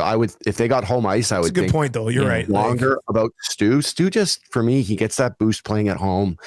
I actually like Pick better on the road. He was great in Vancouver when he came in last year. So I don't know. It's like the opposite for the two. So, Gaz, before we let you go, I just got to say I'm very jealous of this big sock order that they dropped off for you, because one of my dreams in life is to be rich enough where every day I can just wear a new pair of socks because they slide on so well. Hey, you know how it is, like with a new pair of socks, it's fresh. I would love to be rich enough to just have a new pair of socks every single day. And you could live that life for a little while now, which I'm very jealous of. Yeah, look at this guy. Yeah, and socks that come in a box. You fancy bastard. I got him in blue. Yeah. I got cool editions. Look at this, the Hughes brothers. You know what? I got Connor in white, Connor in blue. I got Gretz. I got Kale. Look at this. These are cool. Biz Nasty. Check out those ones. There you go. Yeah. Oh, cool ones too. You know what? You're right. I've never been like a sponsorship brand guy. Yeah. I'm not getting brand deals. People aren't sending stuff to my house. I'm not doing unboxings on TikTok. And it's cool. I got like every player in the league now. I brought him into the studio. I had some to spare yesterday. So it is really cool. The guy told me, he's like, we've been trying to get into Sport Check forever. And he's like, you and Kevin wear them on every hockey night and you're facing the camera. So it's cool. We pick a different player. Like it's now become like part of the broadcast. So yeah, we love good bits around here, and that's a great bit. In the mailing address, maybe I'll get a little care package sent. Yeah, we'll fire you a text. We'll get you some of these EST shirts, and we'll send them your way. A nice little trade here. All right, guys, appreciate it, man. Thanks a lot. We'll catch up again in a couple weeks. All right, you guys rock. Talk soon. There you go. That's Luke Gazdic. He's the best. What a lucky sock boy. He's living your dream. I know. I don't know. I don't think you need to be like major rich to be like a new pair of socks every day, but it does seem a little bit wasteful. You could go get like a pack of 100 from where, you know what I'm saying? Like, but you want like a themed sock. Well, no. Or no, it doesn't matter. Just take. You just carry any sock. I was just like these socks I'm wearing today. I think are actually relatively new. When I put them on today, I was like, this feels like a new pair. Like, look how clean and white those are. Just a standard. But like just something like this. Yeah, I want 365 pairs of these, and I think it would just change my life. Check out these puppies. Oh, Edmonton Sports Talk socks. Those are nice too. Maybe we'll send Gaz a pair of those too, eh? What did Trev? You're wearing? He's wearing EST socks as well. God, I can't believe I'm not wearing EST socks. I should go take a pair of EST socks from Maddie's office and put them on. This is Indiana Jones. You'll be good. That would be tough. You know what I'm gonna do? Bring the card cam. Yeah. You know what? Maybe I will. Should we card cam a pair of socks at Maddie's office? Am I matching sock guy with you? Pick Gazdic's care package. I could set it up. Take the whole care package. Here, set it up. I'll send you the link. Send me the link. We're gonna sneak into Maddie's office and take a pair of. What is this thing? What's this? That's interesting. All right, send me the link, and I'm gonna sneak into Matt's office and take a pair of socks. And then you know what I'll do? I'll leave my current socks in there, even better. So that like the box will weigh the socks. Oh, this is gonna be great. Yeah. I'm gonna leave my current socks. Oh, careful. I just sent, but we have to be secretive. That stinks. Make sure you whisper. I will whisper the whole time. He cannot know. Take a couple scarves too while you're at it. Maybe I will. He won't notice. I can't believe I'm gonna sneak into Maddie's office right now. You send me the link? Yes. All right, let's get the card cam going here. All right. All right, I have joined. This seems to be moving quite a bit today. All right. Ooh, I can hear myself. Yeah, isn't that cool? Okay. Are we good?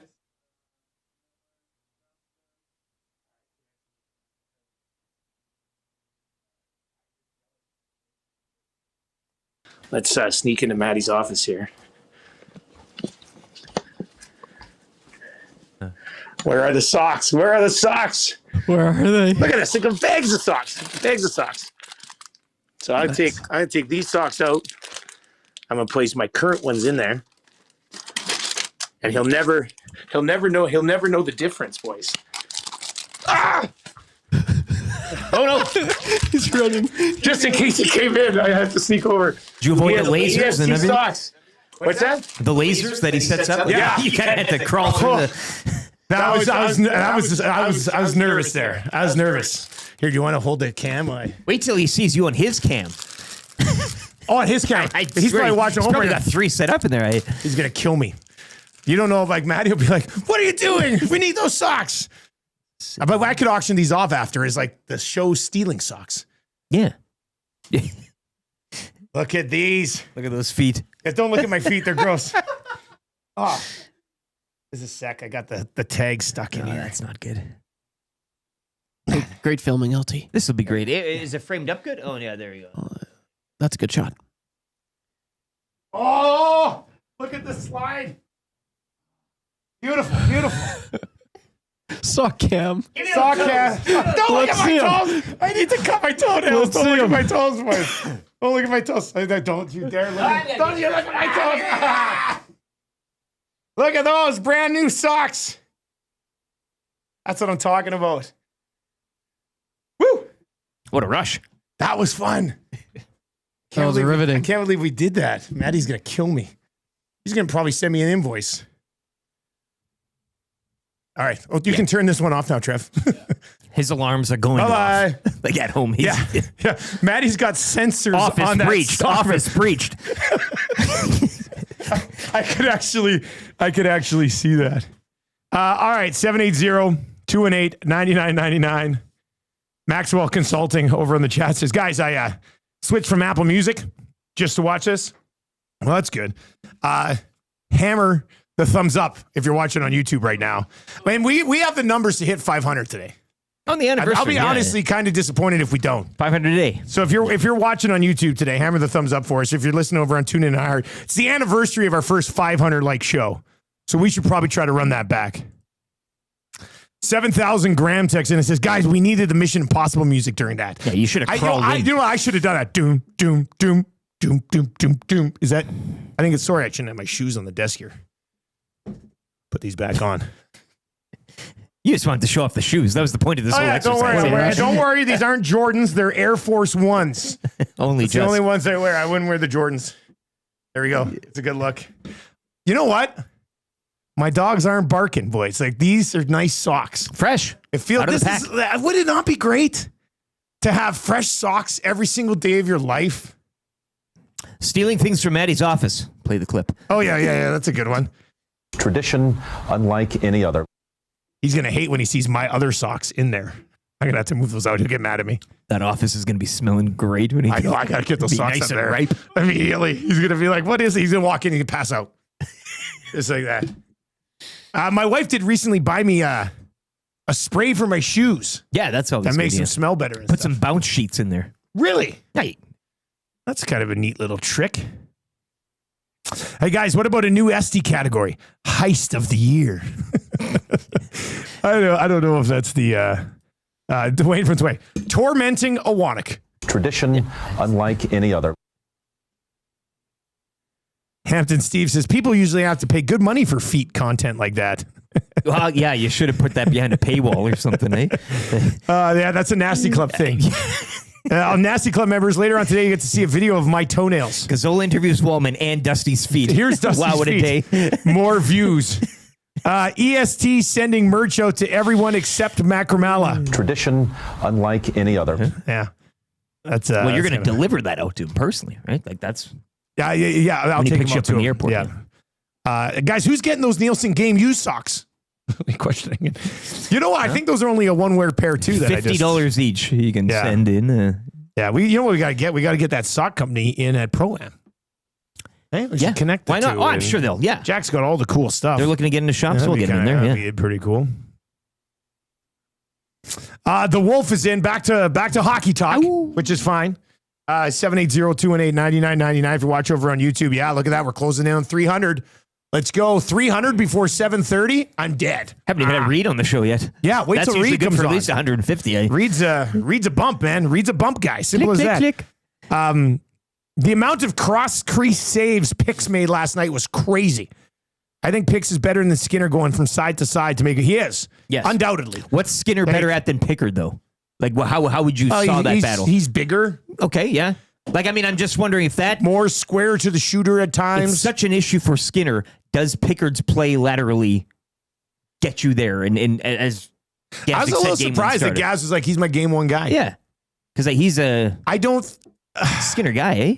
If Skinner is healthy, I think the Oilers will start with him. And I think I don't know if it was somebody on the show or if it was old young Willie Furnace over there who mentioned it the other day, but like Skinner did help you get to game 7 of the Stanley Cup final last year. So did Pickard. Yeah, but Skinner played more. He's the organization's guy. But it's not debatable that Pickard's been the better of the two goalies this year. Like there's no numbers that back that up. Yeah. Pickard has been the better of the two goalies so far this year. And the lateral movement. So if that's could be the and he does cherry move better on side top, right? to side. So, and it's not even like Pickard's elite moving side to side. But he's better. He's better than what Skinner is in that aspect. So I mean, but you threw in that whole going to Pickard, and that to me kind of shifts me back to starting with Skinner, then having a good, reliable guy to come in if need be, and having the confidence in that, as opposed to the other way around. It's an interesting conversation and debate for sure. Let's throw up a YouTube poll for everybody watching on YouTube. Trev, you want to throw up a YouTube poll? Who should start game 1 of the playoffs, Pickard or Skinner? I'm just curious where that goes. If you're watching over on YouTube today, hammer the thumbs up for us.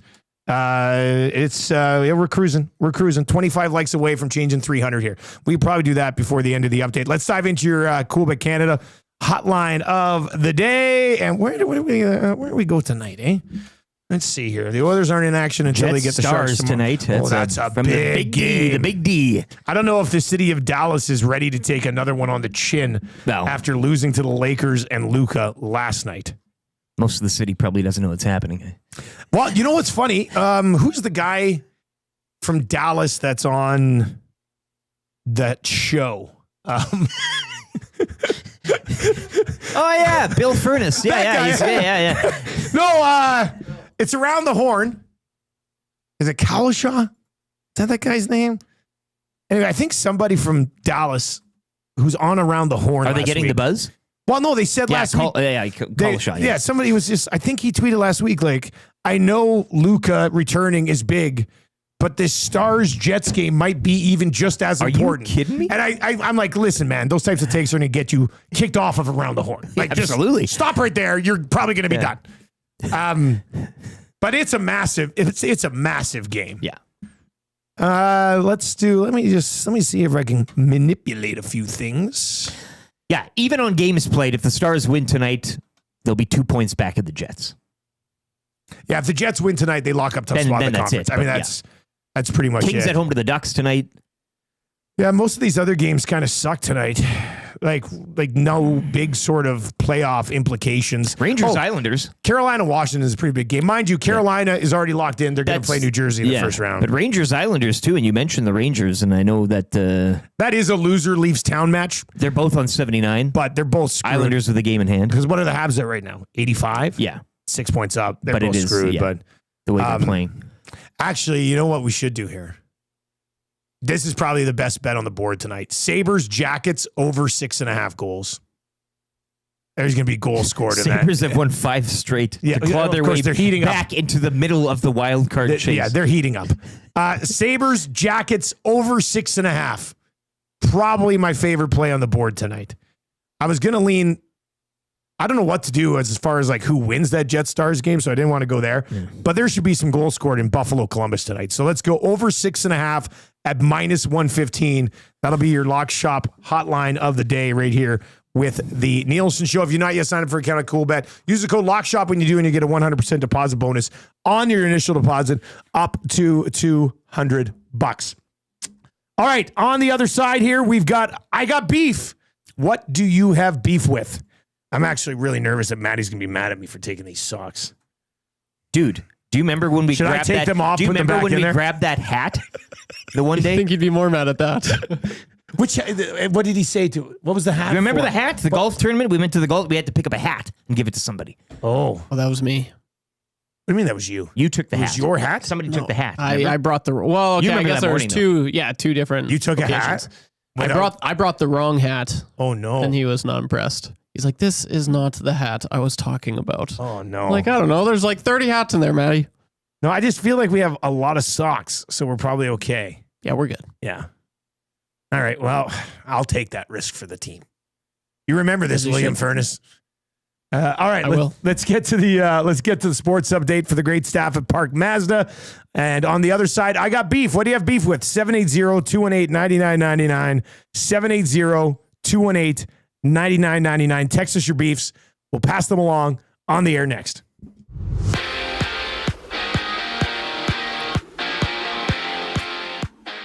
Connor McDavid returning to the lineup. 3 assists on the evening as the Oilers complete the season sweep of the Blues 4-3. Connor Brown, a pair of goals as well, including the game winner with 21 seconds remaining. Oilers back in action tomorrow when they host the San Jose Sharks. Sharks last night falling in overtime to the Wild 8-7. Ducks rally past the Flames in overtime 4-3. And the Leafs also 4-3 overtime winners down in Tampa, while the Flyers would knock off the Rangers 8-5. Action tonight, Colorado at home to Vancouver. Seattle visit Vegas. The Kings are at home to the Ducks, and a big one from Dallas when the Stars welcome in the Jets. Blue Jays move back atop the AL East, improving to 8-5. They defeat the Red Sox 2-1. Jays will look to complete the 4-game sweep later this afternoon from Fenway. First pitch, 2:10. Luka Doncic, 45 points in his return to Dallas. Lakers knock off the Mavs, 112-97. Nuggets, meanwhile, dump the Kings, 124-116. Nikola Jokic, his 32nd triple-double of the season. 5 games around the NBA tonight, including the Grizzlies at home to the Timberwolves. Opening round from Augusta and the Masters underway this morning. Taylor Pendrith, Corey Connors, Mike Weir, and Nick Taylor are the Canadians competing in the field this year. Taking a quick look at the leaderboard as it stands.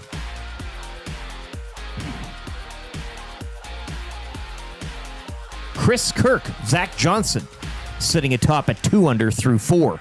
Sports Update brought to you by the great staff at Park Mazda and dealer principal Mitch Lewicki, where he also gives up a green jacket for his top salesperson of the month. Hi there. If you're like me, you like to picture yourself in luxury, even though there's absolutely no way you could afford it. And if you can, well, even better. Thankfully, I picture myself in something that is luxury, but still absolutely affordable, like the all-new Mazda CX-90 from Park Mazda. With the new luxury features like facial recognition settings and quilted detail Napa leather seating, I can pretend to be comfortable with all of my proper settings activated without even touching a button, thanks to Mitch Lewicki and the great staff at Park Mazda. I like to picture Mitch Lewicki as a ninja fighting off evil samurai. Park Mazda, your dealer for life in Sherwood Park off Y Road, parkmazda.ca.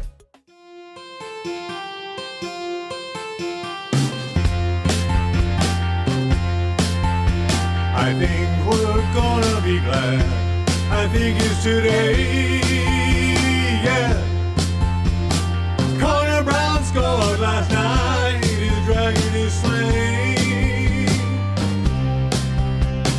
He's finally out fish night. He's finally out fish night. Connor Brown's off to the shine. It's about fucking time. He's had chances galore, 2-1s and breakaways, yeah. But he could never score, even strength of power play.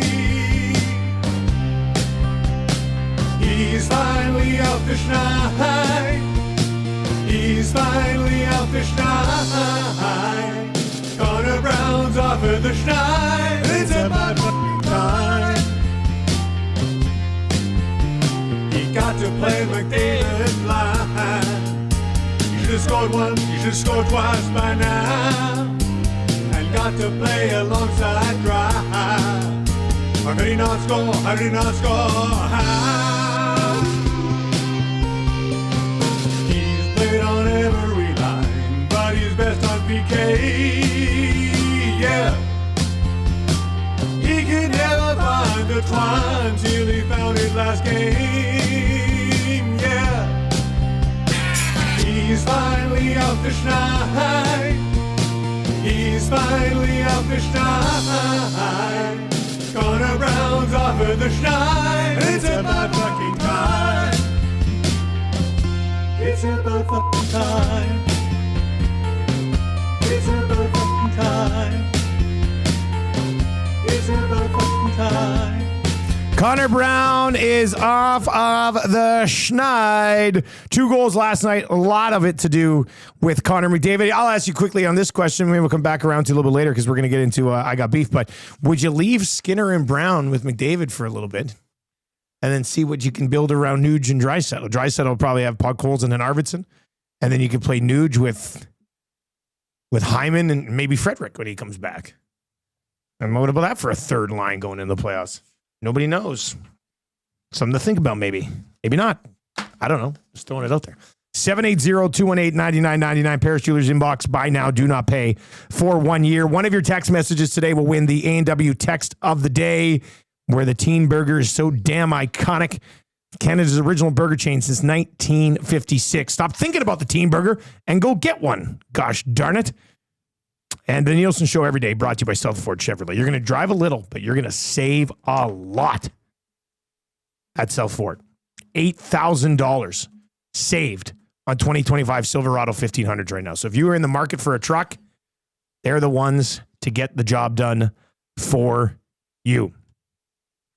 All right, 780-218-9999. Let's get into it. I Got Beef.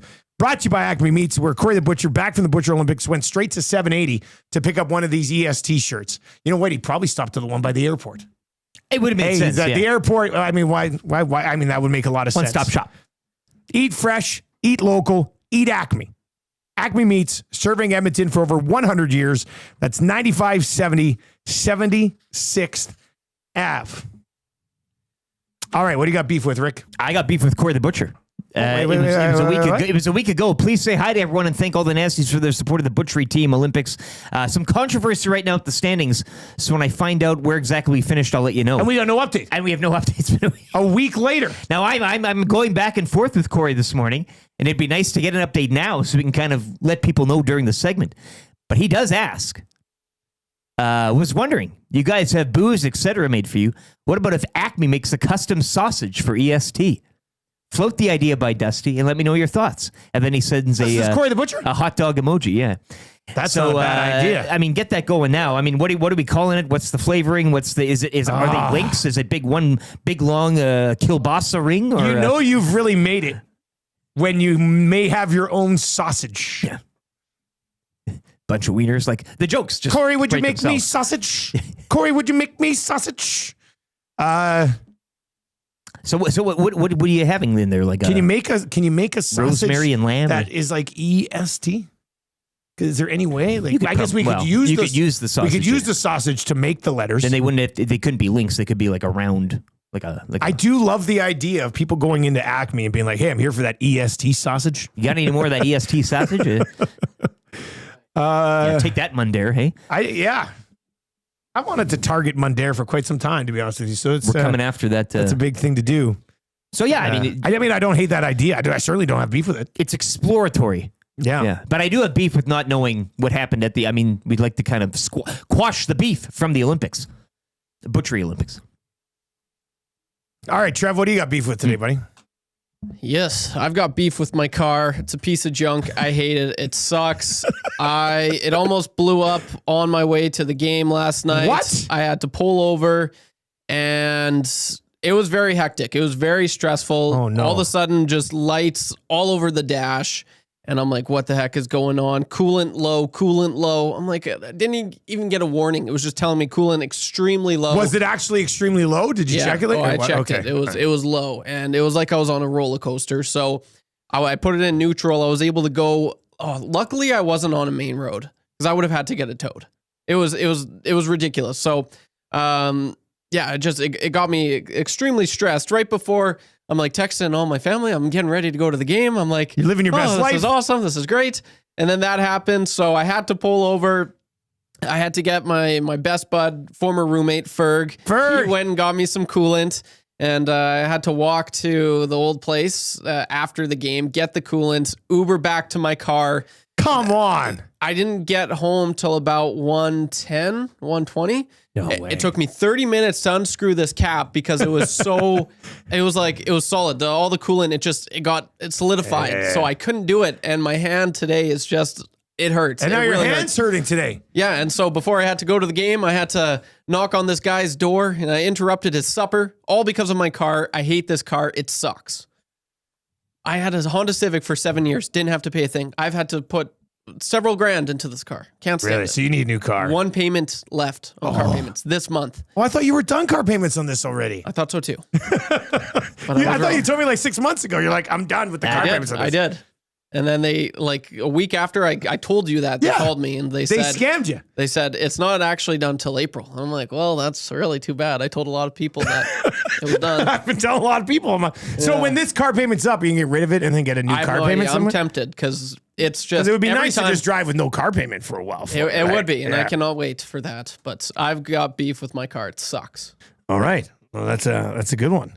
I like Big Uke referring to our sausage as sausagest. Because EST. We're getting there. Yeah, We're getting there. I think there's probably a better name. Corey says still no updates on the standings. What is this? He says this is a massive controversy. It may break up the WBC. No! Come on! My God. I love that. All right, submit your beefs to 780-218-9999. I got two beefs. I got beef with Dirty Spring. Like, you know how it is right now? Like, even the grass is dirty. Yeah. I like spring. I liked spring a lot more when I was living on the farm when I was a kid than I do now, like living in a city. Dirty spring just has me, like, I'm excited to go outside. We were outside playing some street hockey yesterday, but there's so many rocks everywhere. It's a mess. I also got beef with my wife so I park on the driveway so she can have the whole garage to herself. And I love you, Tam. I know you're probably watching or listening right now. Don't hate me for this. But so she parks in the garage. Easy. She drives an Explorer and she'll back out past my truck where there's an ample amount of room on the one side of the driveway to back out past me. But she's been driving over like the corner of the grass. And it's like, it looks like you could do mud bogging in it right now. Like a good sort of triangle from the driveway to where the sidewalk is. People know what I'm talking about. Like that part of the grass has been just, you can't even see grass there now. It's just a mud puddle. And if it was me who was doing that, she would be furious. And last night we're outside playing street hockey and the ball kind of bounces over into the mud. I'm like, man, this mud is a real issue here. And she goes, yeah, I wonder who's been driving over. Like she thinks she's funny. I'm like, if this was me, I'd be sleeping outside in the truck. But instead, because she drives over the spot, it's like, I'm like, come on, what are we doing here? So I got beef with that. I got beef with Hernan dodging me in Tecmo all week. Well, he's going on holiday next. No. But he said, so Hernan comes in the other day, say, you want a game? He goes, no, I'm not playing until vacation. Then I'm watching him out there 2 days ago playing YouTube Trev. So he's dodging me like some sort of coward. Losing to YouTube Trev. And yeah, Trev beat Hernan the other day. That is kind of hilarious. So yeah, I got beef with Dirty Spring, my wife ruining a part of the lawn and thinking it's funny, as opposed to if I did it, I'd be dead. And then Hernan dodging me in Tecmo this week. It's pretty sad. All right. Rob from the Grove says, Dusty, put a huge rock there. She'll stop doing it. Like I brought her vehicle to work the other day because she was going to get a oil change in my truck. And I drove out and I didn't go over the edge just to prove a point. I was like, this is possible. Sabotaging her vehicle to teach her a lesson. Like laying down a spike strip over that. What do you think about this? Yeah. I could bury spikes in the mud. So when she goes over and her tire blows up, she's like, what's this? I said, well, you shouldn't have drove over the spot, eh? That'll learn you. Yeah. That's a good one. T-Mac, the rugby guy, is suggesting the EST sausage is a combo of chicken nuggets and donair meat in a sausage casing. You can do anything with a sausage. You know what? I don't mind the idea of donair meat in sausage form. Are we onto something here? One Ball Cash says, Dusty, you have to take away the keys and make her take the bus. If you're going to drive over there, you're not going to drive at all. This one is in it says, disparage Mundair all you want, but the Mundair episode of Stalking Connor was still the best one ever. Great It really was. It was episode 5 of Stalking Connor. Do you want to come to my sausage party in Mundair? That was an all-timer. All right, 780-218-9999, 780-218-9999. People are saying you could use the sausage for tailgating at the Elks game. Yeah. VR Montenegro says, I have beef with the disrespect of Maddie's office. Is this kind of behavior that caused the Nielsen Show draft to lose the wisest and most honorable commission in its existence? Hashtag Maddie is right. Hashtag full reinstatement. Honey dill sausage. That's not bad either. Tiki Sparks says cutter breaks. That'll teach her. Like, take this thing to like a whole. She like, gets in a significant accident, and I go up and go, ah! This is what you get for driving over the spot. Okay, these are all good ideas on how I can sugar in the gas tank. You know. Yeah. That type of you thing. think you're good. I think you're pretty wise now, huh? That's a good idea as well. Totally ruin the vehicle. Yeah. Hey, look, if you're not going to look after the yard, you can't drive a vehicle. Dudley says, I also got beef with car payments. I thought mine were done in March. Here I get a call yesterday with them saying I still have 2 more payments. I argued with the guy on the phone for an hour and a half yesterday and got no resolution. The math isn't mathing. That's tough. And that's what happens. We all get screwed by the man. That's just how it works. All right, that's I got beef. My phone's just blowing up. I'm going to go home. She's going to take all the furniture and be gone already. Just Marshall and Muzz sitting there in the living room with nothing. She puts that in the vehicle, drives over there. It'll be more of a divot. Like the weight that's of right. the car. I can get home, see how deep the hole is, and go, oh, she took the couch. Maddie, and you're not. It's going to be a tough day. Tough day today. Well, at least, but you're feeling good in a new fresh pair of socks. So you know what? It's the main thing. They can all be yelling at you, but you'll be. It doesn't matter to me. Riding cool. My dogs aren't barking. All right, there you go. That's I got beef for Acme Meats. Corey the Butcher. Could we make sausage out of donair meat? Let us know. All right, let's bring in Reid Wilkins. You may have heard of him before because he's awesome. He does the Reid Wilkins Show every single day from 3 to 6. And well, first of all, let's start here. Reid, what would you think of Edmonton Sports Talk having its own sausage that could be available at Acme Meats? I think that's an excellent idea. I mean, we have a beer. Yep. We have a bunch of merch. We got to keep getting the word out about the station, as we know.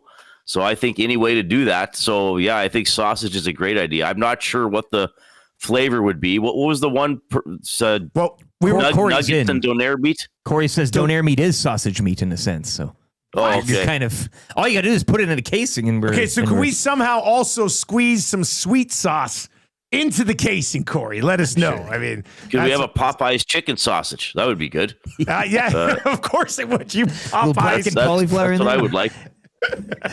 I've been enjoying hearing the ideas for vandalizing your wife's vehicle. Yeah, it's got to happen, right, Reid? It's got to happen. I see you as sort of like Sergeant J.W. Pepper and the Man with the Golden Gun out to get James Bond. I don't know if anybody will remember that reference or not. I think Eric gets it.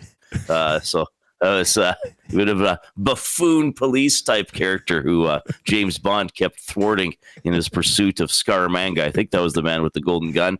I also wonder if you guys need a character like a sports dumb guy. His beef, like this morning it would be like, why are the Masters always at Augusta? They should move it around to other courses. Something like that. That'd be a pretty good beef to have. Dumb guy sports beef. Dumb guy sports beef. That's not a bad idea either. I think we call it the Paris Jewelers inbox. Yeah. There's a few. Oh my goodness, Eric! Somebody's texting in, being like, "Reid, I already sent that today." Great idea, Reid. Great idea, Reid. I fully support you. Hey, give us a report card on YouTube, Trev, of the game last night. How was his sitting in the press box? How was his standing down in the room after? How was his intermission mingling? Like, how did he do? A+. Oh wow! Whoa! Well, I didn't know I didn't know I was supervising him and had to provide a grade. My God, I got to be sharper.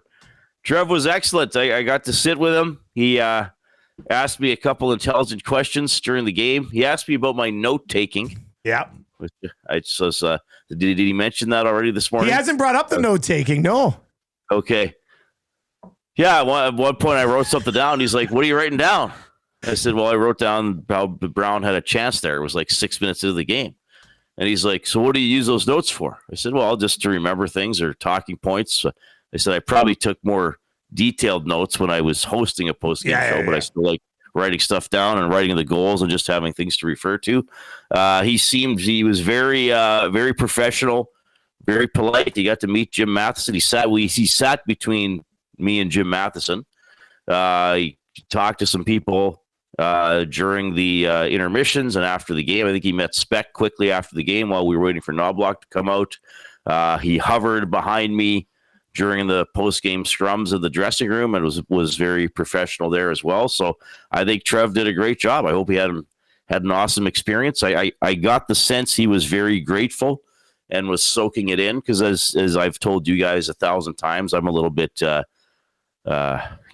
joyless and no longer think anything is a big deal. So I thought he had a very, very good idea. I felt bad about his car though. And I felt bad that it wasn't really convenient for me to drive him home because I got to come and do the post-game hit with Tom and Hernan. So it's kind of like, well, all the best, kid. There's go pick a vehicle and see if they can take you home. I'm sure it'd be safe walking around north of the rink after the game. So that's well, I put him out on 104th Ave, not 106th Ave. Okay, so it was okay. Yeah. Yeah, that makes it big. That makes it big. Yeah, Trev, you loved last night, right? That's awesome hearing that, Reid. Thank you so much again. That was really cool. Somebody said they might take away something for the A+, asking about the note taking, but I think a curious mind is. It was a good question. Yeah. I think because he wasn't bothering me. Like he wasn't like, why'd you write that down? Why'd you write that down? Like he kind of asked once. We had a brief chat about it. It was good. Okay. Reid, you covered this team for a long time. How strange was yesterday with McDavid? Like, oh, he's out, he's not playing. And then all of a sudden he's playing. Like that was like you've covered the team for well over a decade. I don't think you probably had many days like that. Yeah. I can't remember specifics, but there would have been players who returned that you weren't sure were going to play after the morning skate. I mean, we were told in the morning flat out McDavid wasn't playing. I think it was bumped up a game because Nugent Hopkins didn't play last night. But I've been thinking, guys, this whole season has been strange to some extent. I mean, so they played 2 games shorthanded. Now, last night they played with 5 defensemen, which usually doesn't happen once you're probably past, U11. Yeah. It's pretty rare for the guys who have been playing at a high level. And just, I was thinking that last night. It's like, okay, well, McDavid's back, which is great, but Nugent Hopkins and Draisaitl aren't in the lineup, and Ekholm's not playing. I mean, for the last almost, what are we at, 3 weeks since McDavid first got hurt? I mean, depending on how you evaluate the players and maybe who your favorites are, you could argue Draisaitl, McDavid, and Ekholm are the 3 best players on the team. Yep. And they've had a chunk missing 2 or, a game or 2 missing all 3 of them. And then just this, I guess we kind of could say this every year about how unpredictable the playoffs are. I think we all know that as hockey fans. But with the Oilers, it's so intriguing to think about them in the first round, which, okay, everybody, I'm going to back off all my doom and gloom about the possibilities of them missing the playoffs because 3 of the 4 points they needed to get in happened last night. I mean, if Calgary would have won in regulation and the Oilers lose in regulation, it would have been worry pants hiked up. Let's face it. I think a lot of people would have been joining my worry path that I have that I've been swathing through the forest. But I get all the naysayers about the team, and I get the criticism of management and some of the players, and a lot of it I agree with, or at least see where it's coming from. But the other side of that is, okay, maybe the playoffs start, and Ekholm feels great, and Draisaitl feels great, and Nugent Hopkins feels great, and McDavid feels better, and some of the veterans start playing more like who they've been at other parts of their career, and they turn into this machine in the postseason. I do think that's possible. I don't think that that's completely overly optimistic to say that. And I pointed this out with the guys last night, and I think it's worth repeating. I think this should be a discussion point around the team. Victor Arvidsson and Jeff Skinner are both playing like the players they were supposed to be when they were acquired. Like if you look at Skinner being creative and now checking a little harder and being more responsible, and if you look at Arvidsson appearing to have a little more jump and getting more dangerous chances and not falling down every time he tries to get the puck in the corner. And even if you look at their goal production lately, it's more in tune with what we thought it was going to be. So I certainly understand why LA is a formidable opponent and probably the best Kings team the Oilers are going to face in the 4 years. It's if that's the matchup. I know there's still possible it won't be, but it looks like it's going to be. But I also look and say, okay, what if this actually is a case of the Oilers getting healthy and hot at the right time? And with the exception of this Seattle game, since McDavid went out, they've played pretty well. They've played simple. They've generally played mistake-free. Of course, there are mistakes, but there haven't been a lot of like huge gaffes or them just getting hemmed in time after time. And you know, maybe it all starts to click when they go up against LA and they put it together more than they have at times during the season. It's just a really interesting team to talk about this year because a lot has gone wrong, yet they're still going to be close to 100 points, if not at 100 points, and maybe playing really well going into the playoffs. And Reid, perhaps another interesting thing, it'll be game 79 of the regular season tomorrow against the Sharks, and we are still in a spirited discussion of who starts between the pipes for game 1 of the postseason. Has Calvin Pickard, is he or has he played his way into that starter spot for you if and when Stuart Skinner? I mean, there's reports he's back, he's on the horizon, they'll all be back. But has he done enough here over the stretch as well to maybe wrestle that number 1 spot away, at least for the time being, to start game 1 in your mind? And a YouTube poll, just quickly, we do have the YouTube poll going. It's 55% Skinner, 45% Pickard. So if the fan base is kind of split here right now. I think if Stuart Skinner plays a couple of games before the playoffs and plays at least average, he will start game 1 of the playoffs. I think if he comes back and looks shaky or rattled or lacking in confidence, I think they will put Pickard in for game 1. But guys, it's game 1. Yeah. You know, it's not the goalie for the entire playoffs or for even the entire series or even for game 2.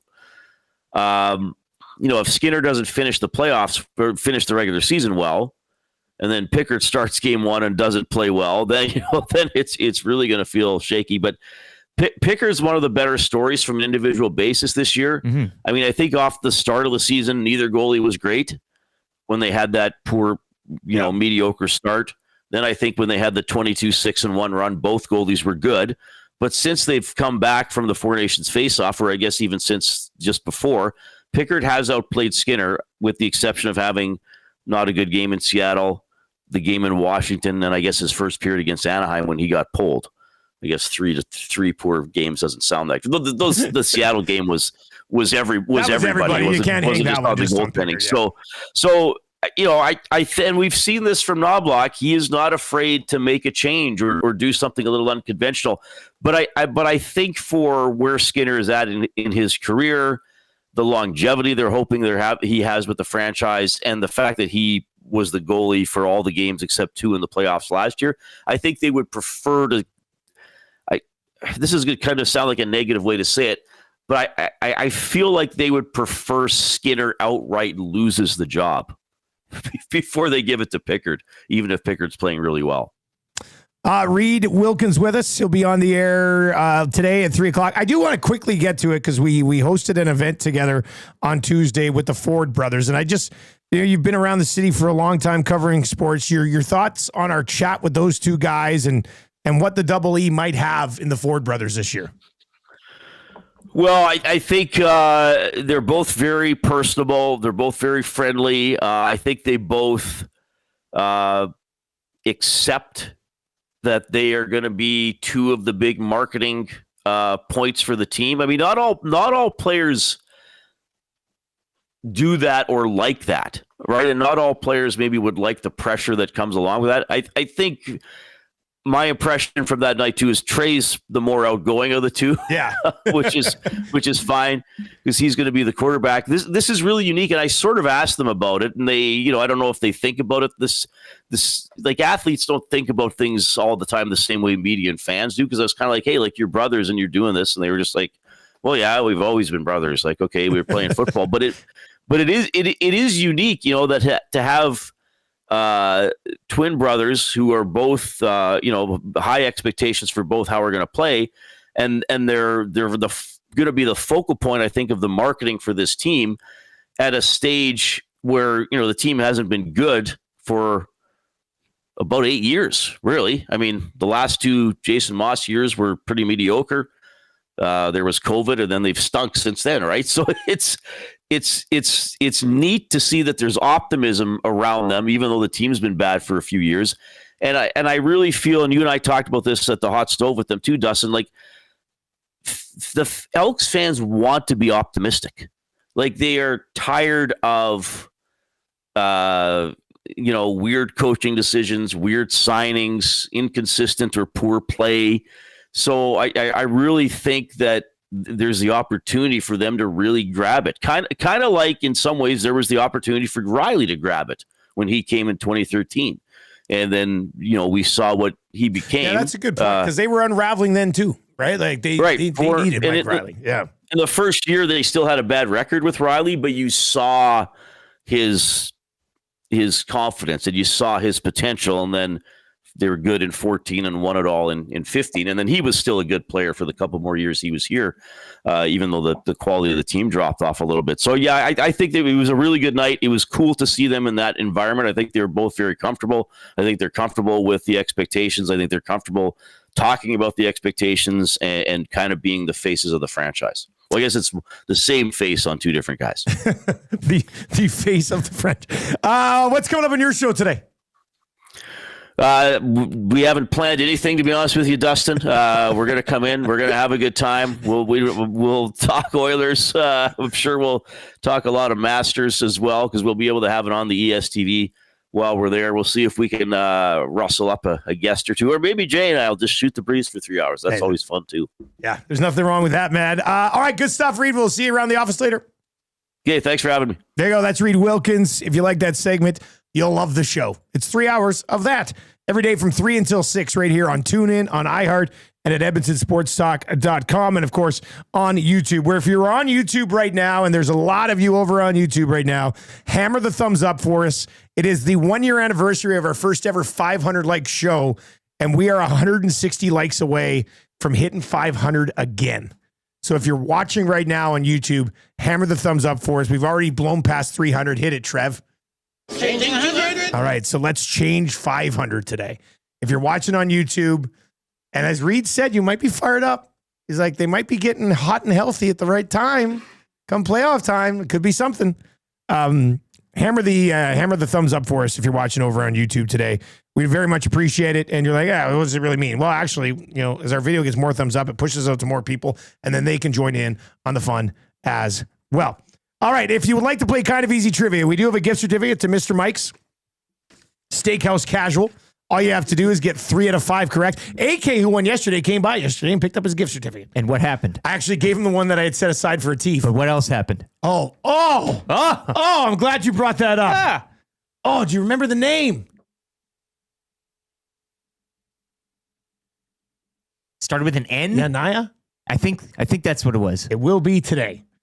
Anyway, we got to get a crazy story from yesterday that I felt awful about, didn't it?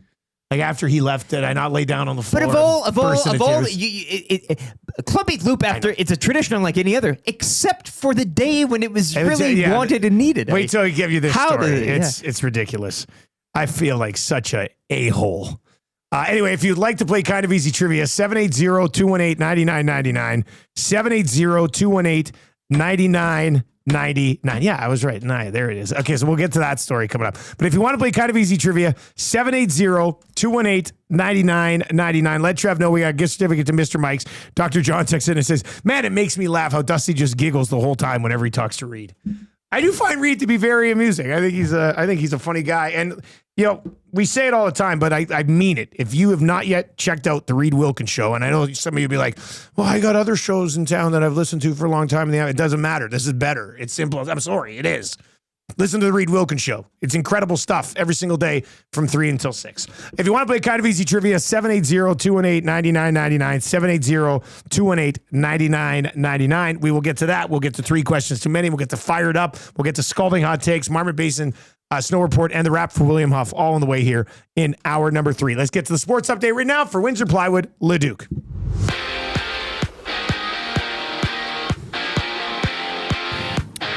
Oilers back in the win column, and with their captain as well, Connor McDavid returning to the lineup. 3 assists, including the game winner from Connor Brown, as Edmonton complete the season sweep of the Blues. 4-3 from Ice District. Oilers will host the Sharks tomorrow night. Other action last night, the Ducks rallying past the Flames 4-3 in overtime. Wild over the Sharks 8-7 in overtime. And Leafs also victorious in overtime. They defeat Tampa 4-3. Flyers also defeating the Rangers last night 8-5. Action tonight, big one from Dallas, Stars and Jets. Anaheim visit the Kings. Seattle are in Vegas, and the Avalanche hosts the Canucks. Opening round from Augusta and the Masters is underway. Taylor Pendrith, Corey Connors, Mike Weir, and Nick Taylor, the Canadians competing in the field in this edition of the Masters. Taking a quick glance at the leaderboard. Nick Hogard, 2 under, along with a handful of other players, Zach Johnson, Aaron Rye, Chris Kirk, Brian Harmon, and Noah Kent. Corey Connors in a tie for 7th at 1 under through 3. Toronto Blue Jays moving back atop the AL East as they improved to 8-5 with a 2-1 win over the Red Sox yesterday. Jays look to complete the 4-game sweep from Fenway later this afternoon. First pitch, 2:10. Grizzlies host the Timberwolves tonight, one of 5 games around the NBA. Last night, the Nuggets dumping the Kings 124-116 in their first game since firing coach Michael Malone. And it was Luka Doncic, 45 points on his return to Dallas. Lakers stomping the Mavericks 112-97. Sports update brought to you by Windsor Plywood Leduc, locally owned and operated, serving Leduc and the surrounding area since 1993. Doors, flooring, baseboards, and of course, plywood. Go see the knowledgeable staff at Windsor Plywood Leduc.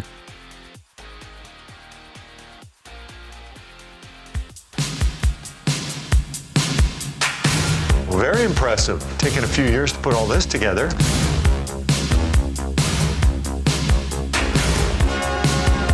It's not a one-year quest because it's so hard to get your hands on.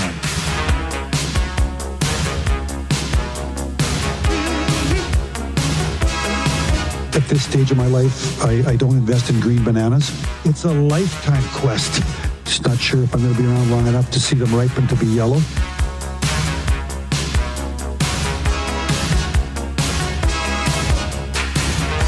You can't party enough when you win that thing. It's a party machine. Party machine. That's why it's the Stanley Cup.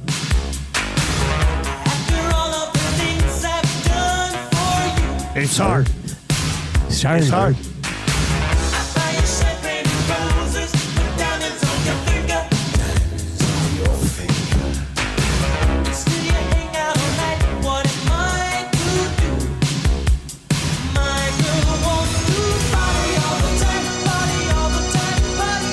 Oilers get the dub last night in thrilling fashion because Connor McDavid was back. He was outstanding last night. Looks like he's locked and loaded, ready to go for playoff action. It'll be interesting to see once they do clinch. He did say last night, we did play his postgame earlier on the show today. He did say last night that, there's a little bit of work here still to be done, but I would think that they clinch on Friday. And then they have the back-to-backs with the Kings and the Jets. I would assume starting at the top of the big boys, somebody gets to rest in the back-to-back. And then you might not need those. You probably don't play those guys against the Sharks just in case. Looking to kind of manage. Yeah, I think Connor probably plays 2 of the final 4 games. Yeah. Or at least that would be enough, in my opinion. Not putting like a lot of load on their shoulders. Right? I say, as soon as you clinch, you manage whatever loads need to be managed, like how it is. The roster. Yeah. That's what it is. In the NBA, it's load management. The players are soft. In the NHL, it's managing the roster properly. They'll come up with some sort of lame designation. Yeah. You know how it is, like it's a self-rental. Like there'll be something along that Those makes NBA guys are so lazy. Yeah, that's yep. All right, TSN at the Masters. This is great. There you go. Oh, turning on the TV to watch the Masters. Tradition unlike any other. You let me know, and I know there's a lot of sporting events through the calendar year, but ones we get to enjoy in this show, a little Masters. Very rare for us. This is like it's got to be top 3. Since we've got this TV, the most meaningful thing we've watched on it was JJ Spawn versus Rory McIlroy. Right? Huge golf show us. We just are. All right, you can text us anytime, 780-218-9999. Nielson Show brought to you by Southport Chevrolet. Drive a little, save a lot. If you are watching over on YouTube today, you guys, we're already over 400. We're taking a run at 5. Let's do it on the anniversary of the first ever 500 like show. Hit it, Trev. Changing 100. Changing 100. That's changing 100 plus 200 and then another 100, right? It's a party machine. Changing 500 buttons, a little dusty. Oh, he's going to dust it off. Oh, that'll be nice. Let's do it. Yes, come on. Let's go, Nasties. Oh, man, Trev is ready to go with that 500 because we have the specific 500 button. So hammer the thumbs up if you're watching over on YouTube today. Deutschland Dangler says, man, it is impossible to be angry when you listen to that. The Party All the Time remix. Oh, yeah. Yeah, it's true. That's just the truth. It's a real grinder. All right, we do have 3 questions too many coming up. If you have a question for 3 questions too many, we could use one. 780-218-9999. Getting a little fired up for Jemco and Napoleon. Scalding hot takes on the way for the Ranch. Marmot Basin Snow Report and the wrap for William Huff. The Ranch, of course, completely shut down right now because Murray McCourt's at the Masters. Just kidding. As of 1 o'clock today, you can start booking tee times for the Ranch. It opens on Tuesday. So let's go. That's going to be exciting. All right, Trev, who's playing Kind of Easy Trivia today, buddy? This is Travis. Travis is going to play today. I wonder if Travis is ready to stake his claim. Head to Mr. Mike's for a 2-course steak dinner for just $39.99. Start with an Emperor Caesar salad or the rustic onion soup. And then enjoy a 7-ounce sirloin steak with béarnaise butter, garlic mashed potatoes, loaded with savory toppings. Mr. Mike's, eat locally, enjoy casually. Maddie came up to me again yesterday and goes, hey, I'm starting to run low on Mr. Mike's GCs. And you know why? It's because, like, everybody comes in, especially at the old place. Remember at the old place, it'd be like, nobody would come in and pick up their gift certificates. These Mr. Mike gift certificates, I mean, people are like instantly to pick these things up. I think they just like staking their claim. Of course they do. I mean, the meal and the GC, that's secondary. You want to go in there and yell, staking my claim. You know, you slam down the GC on the counter. Bring me a bowl of rustic onion soup. That's what they like to do. Yeah. All right, Trev. Travis is playing. Let's go to Travis. Travis, sorry for making you wait, buddy. Are you good to go? Absolutely. Let's stake that claim, boys. Yes, let's stake that claim, Travis. Here we go. And if he wins, what do you play? I'll more on that after. My goodness. What a jerk I am. Here we go. Did the Edmonton Oilers win last night? Yes. Which forward returned to the lineup for the Oilers last night? McDavid. What position does Jordan Binnington play? Goalie. What team does Luka Doncic play for? Lakers. What piece of clothing do you get for winning the Masters? Calgary sucks. Oh, a kid says Calgary sucks. 5 for 5. 5 for 5. The spawn of Travis delivers. Another 5. Are you kidding me? That's right. Who do you think you are? I am. Get it right. You can't have a newcomer come in and steal the show. That's a paddling. Oh, we've been strong. We're just playing by the rules. Ooh, you better believe that's a paddling. And I was in Miami with my new beach house. Well, it was a couple minutes from the beach. That's a paddling. The first year, we took it to the limit. You cannot come to my house. No, not today. You cannot come to my house. No, not today. Look at this shot from Louis Oosthuizen. Oh, get in! Get in, Louis! Get in, Louis! Oh, my God! Wow. Was that an albatross? Was that his second shot on a 5? Did that just happen? Was this a replay? I never know what's happening at the Masters, even though it's on in front of me. There's Murray! We're watching. That's gonna be- We're watching for Murray McCord. Every time a crowd Did- shot, did- Murray, wait, I wait, do that. wait, I did we- swear that's what did Murray. we just watch? Hole there? in one. Nope. No, it wasn't a hole in one. I thought it was a par 5, and that was his second shot, and he rolled it in. It would be out there. Is this a replay or something? Did we Phone just? Murray. Did we just get Phone? Just phone. Murray? Did you see what just happened? I don't know if we just witnessed something or if it was a replay of something else. That was a hell of a shot, even if it wasn't a replay. I'm still impressed by it. Okay. Anyway, so we also have to tell this story.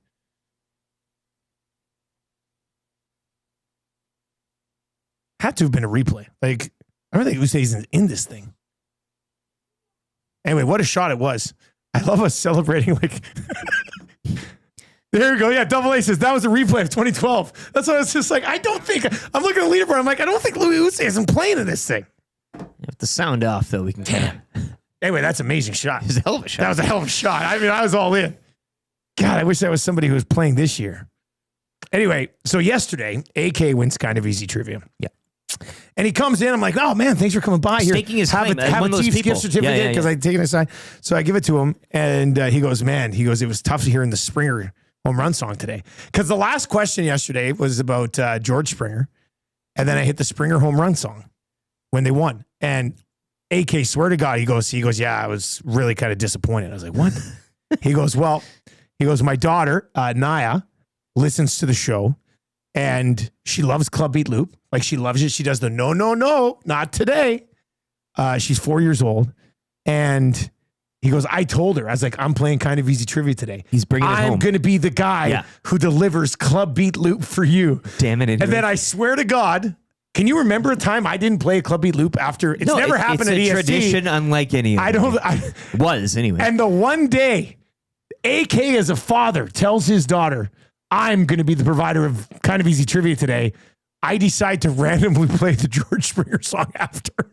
I felt awful. You put him in a spot. I did. That's just, God, what a shot by Louis in 2012, though. I tell you. God, he rolled that right up there. That was great. They got to at least put a thing up there that says replay, showing some of these shots. Are we supposed to know? All right. Anyway, Naya, it's not your daddy's fault. It's my fault. And I'm a daddy, and I'm a bad daddy. Bad daddy. Well, it's not a good, cool thing. All right, let's get into 3 questions too many today. If you're watching over on YouTube, smash the thumbs up. We're taking a legitimate run at a 500-like show. We are 64 away. Let's do it. Let's get it in the bag. You can text us anytime at 780-218-9999. We are watching for Murray McCourt, and if we don't see him on TV, I'm going to say that he wasn't even there. Yes. You know, like, Murray, I didn't even see you. Were you even at the Masters? All right, Lieutenant Eric, do you have a liner for the segment today? Looks nice. Hey, they said it was going to be a little chillier or whatever. It's a little windy. You see a little bit of wind there. Sun's out. I mean, it's the Masters. Lots of bare legs. Hey. 3 questions too many, brought to you by the great staff at Park Mazda and dealer principal Mitch Lewicki, where instead of watching the Masters live, he does like watching replays of older tournaments. Park Mazda, your dealer for life. Down at the dealership.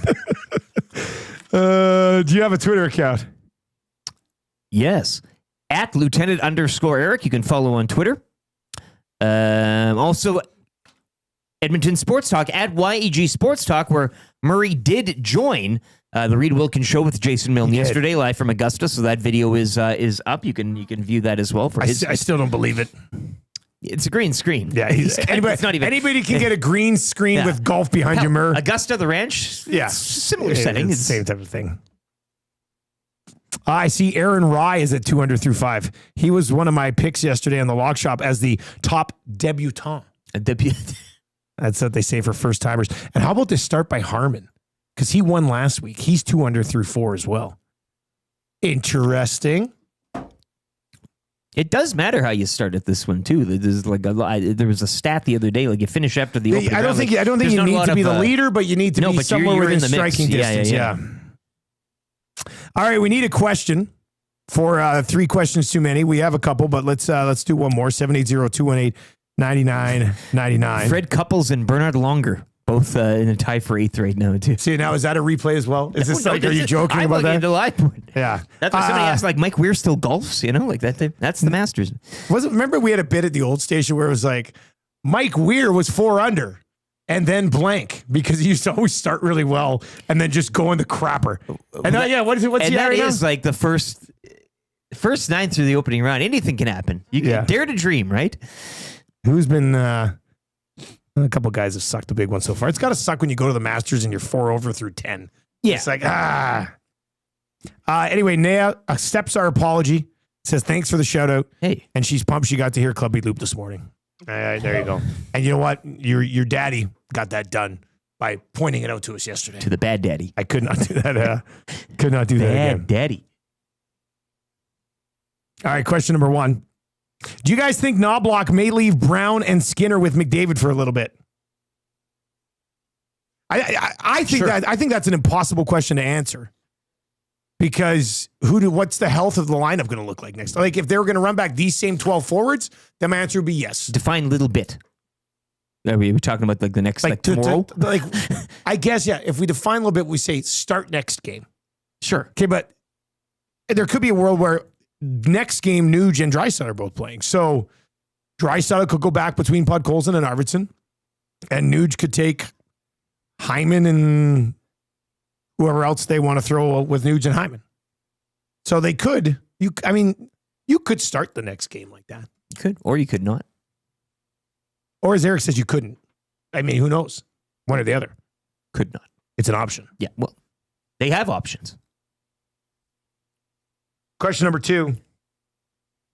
And send in a third question, 780-218-9999. Or hit us up over in the Nasty Chat. You can put questions for 3 questions too many over there as well. We are now 51 likes away from 500 like show.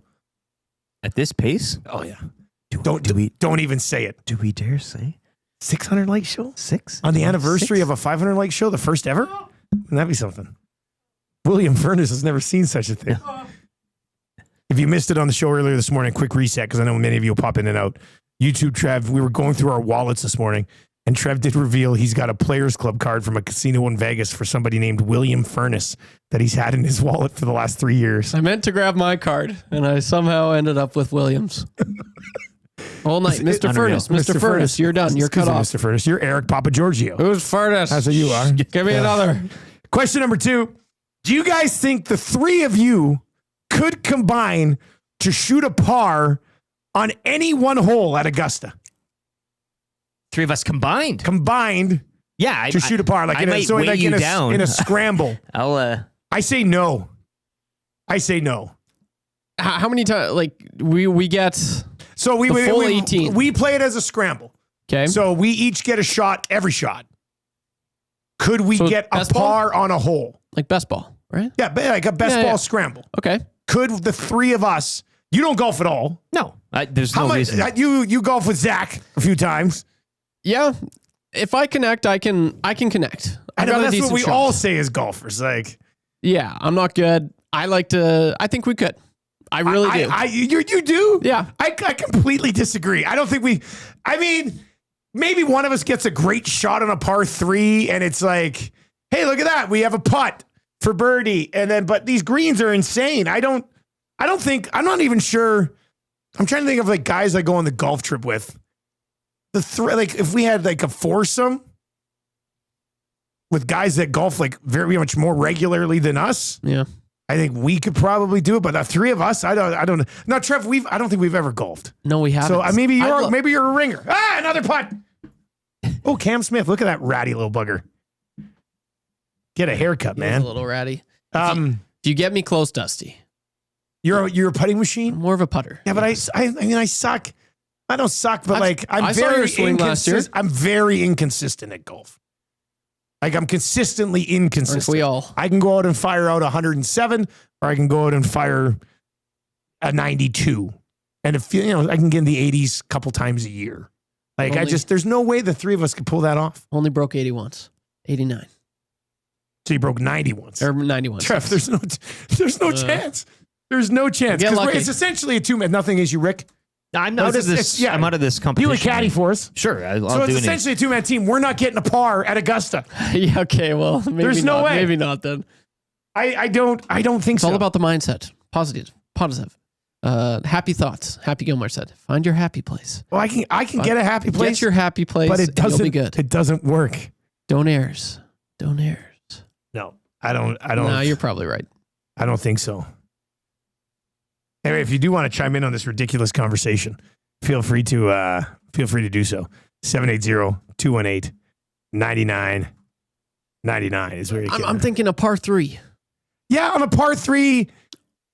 I mean, but we like how many tries do we get at the par 3? Like, can we go back and play the whole 9 times? Yeah. And we can probably get one. But if we're going through the entire course, we're playing it, and it's like you only get to play every hole once, but we get 2 shots per ball with us. I don't think there's any chance. That's fair. Maybe I have a lack of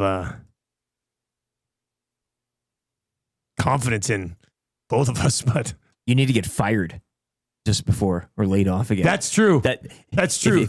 If somebody needs to shut down EST, and then I don't even need Trev. You'll be a hole in one. Yeah, you'll be Louis Oosthuizen. All right, question number 3 today, and you can send their questions to 780-218-9999. I think I saw Penner's Pancakes over in the chat earlier saying, anybody got a wellness check on a teeth lately? Oh yeah, and yeah. What's going on here? Somebody's in. They're dropping. What is this? I think it's William Furnace probably coming to collect his card. Is that? There's baked goods being dropped off right now. Interesting. This is exciting times. What'd you say? Was William Furnace coming to get his card back? Can you imagine? Like you? I've been. Oh God, Gager, come on, you guys. You two wouldn't get best ball at the ranch par. Come on, yes we would. I get pars at the ranch by myself. Not a lot, but I do. What is this? Who is this? Who was it? Twitter Mary. Strikes again. What? Hey, Mary, what's up? Good to see you. Thanks for the baked goods. And a handwritten note. Whoa, and this is a beautifully handwritten note. You have to read that on air. What is in here? Look how big this box is. By the way, Atif's okay. He's back. He's fully back. Great. He's back. Yeah, nobody signed him. Oh my God. Cheesecake. It's cheesecake. Plain cheesecake. Oh, you guys. And look at those are salted caramel cheesecakes, those little ones. I'm excited. Oh, we're getting into this. Wow. Good morning. I don't know if she knew it, but cheesecake's my favorite treat. A lucky guess. Good morning. I hope you like cheesecake. The large pre-sliced cake is a New York style. It is dense and not super sweet. We're trying this immediately. The flavor is plain and not spicy. This is my type of cheesecake. The small cheesecakes are salted caramel flavor. These treats are nut-free, so Reid won't die, and gluten-free. The large cheesecake is also lactose-free. How do you make stuff with all this? It's all free of stuff. The small ones have lactose in the caramel. And then the ingredients here. Twitter Mary. Oh, my God. And look at this box. Oh, it smells good, like boys. cheese, yeah. That smells like cheesecake right there. I'm going to go get some plates. We got to get into that thing. Oh, that's exciting. 35 likes away from changing 500. Is this a 500 like cheesecake? That must be what it is. Yeah. She must have heard it and baked it this morning. Cut it into 500 and then pieces. just brought it in for us. That's terrific. Oh, what a nice treat. What's up, Brendan? You want a little cheesecake bite? Oh, okay. Because you can if you want one. There's lots for everybody. All right, we do have Scalding Hot Takes coming. I think I heard Gager connect, so we'll get to Scalding Hot Takes. Then we'll get fired up for Jemco, and then we'll get to the Marvin Basis report and the wrap for William Huff. Let's get to a sports update right now for a place where it's always game day, Century Casino Sports Bar and Lounge. Connor McDavid back in the lineup. He had 3 assists, including Connor Brown's game winner with 21 seconds remaining. The Oilers complete the season sweep of the Blues, 4-3 your final. The club are back in action tomorrow night when they welcome in the San Jose Sharks. Other action from last night, Ducks over the Flames 4-3 in overtime. Wild over the Sharks 8-7 in overtime. The Leafs also overtime winners 4-3 down in Tampa, while the Flyers would defeat the Rangers 8-5. Action tonight, Dallas at home to Winnipeg. Ducks visit the Kings. Golden Knights host the Kraken, and Vancouver are in Colorado. Opening round at the Masters is underway. Handful of players tied at the top at 2 under thus far. Canadian Corey Connors, the low Canadian, he is 1 under through 4 this morning. Jays back atop the AL East. They improved to 8-5 with a 2-1 win over the Red Sox. They'll look to complete the 4-game sweep later this afternoon from Fenway. First pitch 2:10. Grizzlies host the Timberwolves tonight, one of 5 games around the association.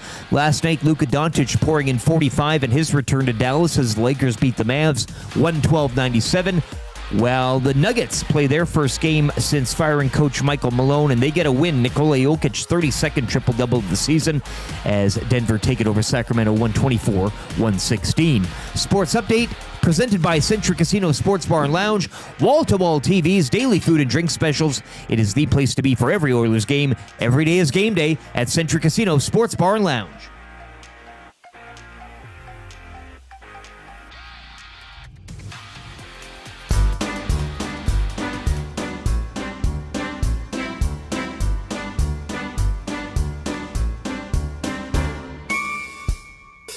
DRS, DRS, drop that wing and try your best.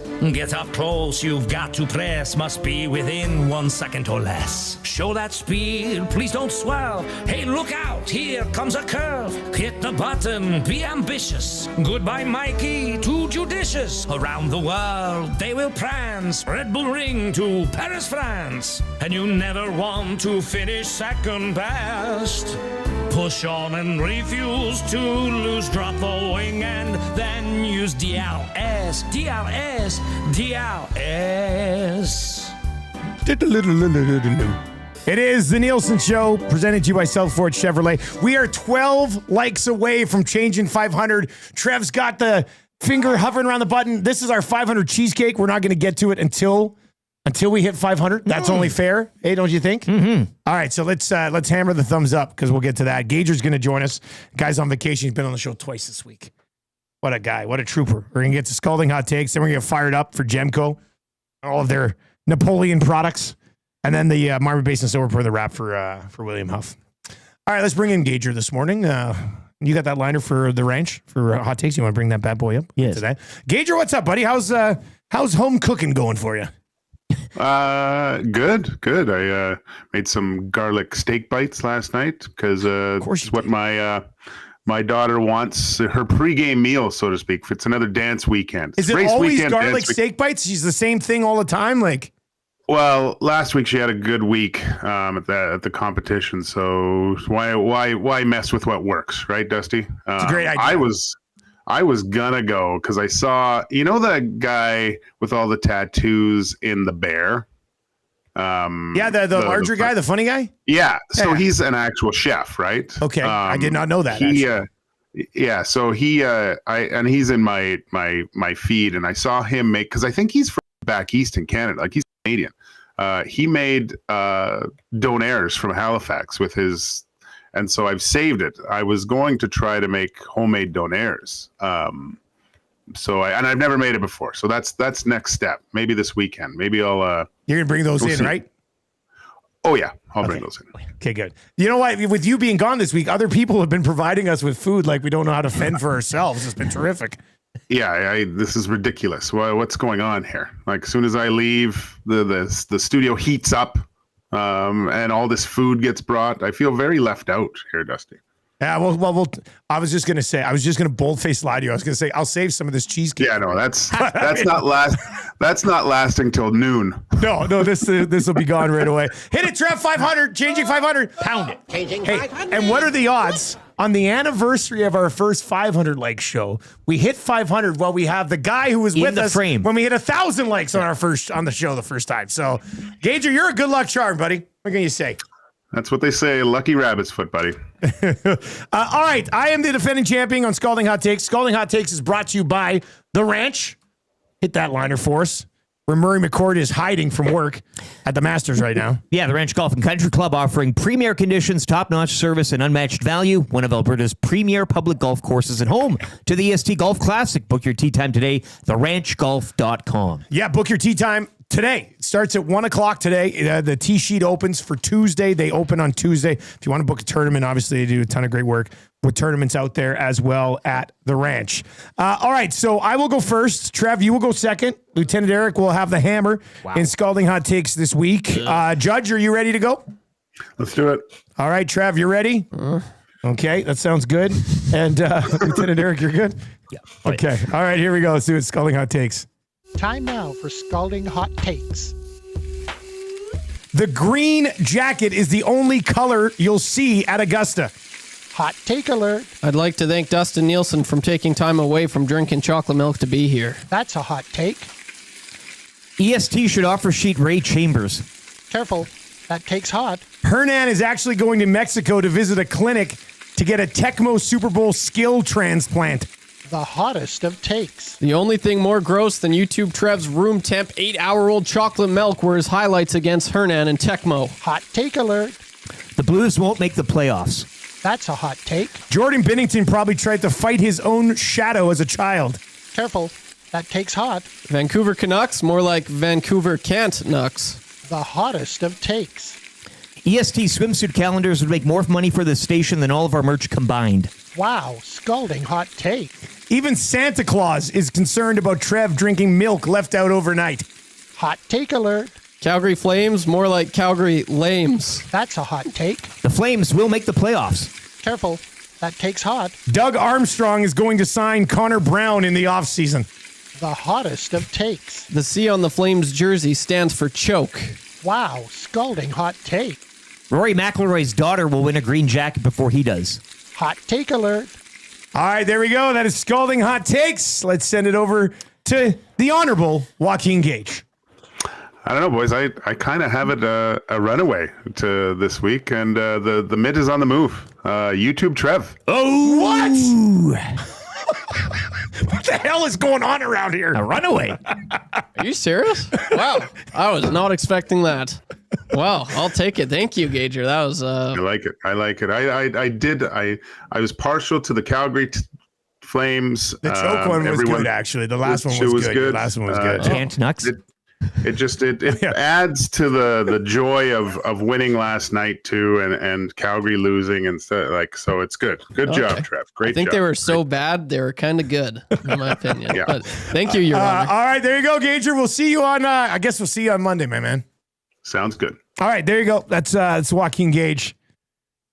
YouTube Trev gets it done. Duck Dad in the chat says, you have to be kidding me. Scott says, LTE was hot. There's some wows. Saskatoon Muncher says, Dusty wins easily. I thought when he said it was a runaway, I thought it was me. I know. Sorry to be selfish. I thought I did too. I thought he'd bite on the Hernan Mexico tape. Me too. I thought that would Me right too. up his That would have alley. been a three-peat. Yeah. This was very interesting.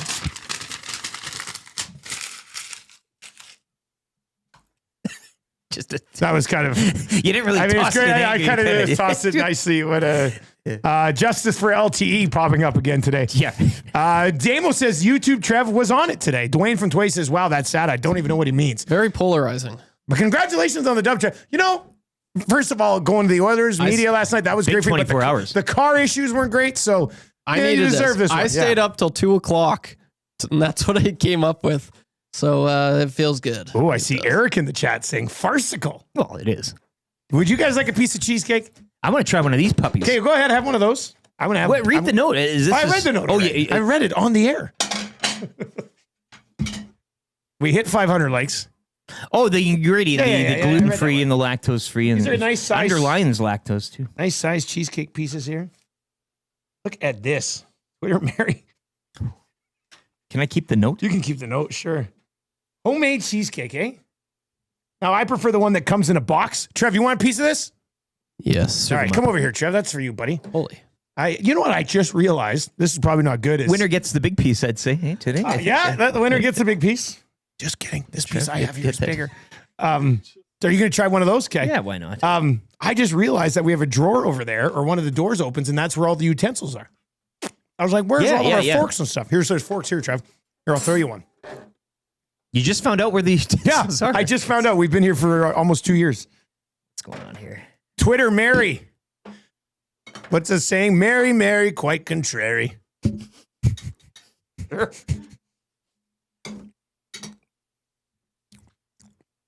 Oh, my God. Oh, my God. I don't know what goes into cheesecake, but I love it. Cream cheese, I think. Is that what it is? Yeah. Well, I don't know if I like cream cheese. I know. Isn't that weird?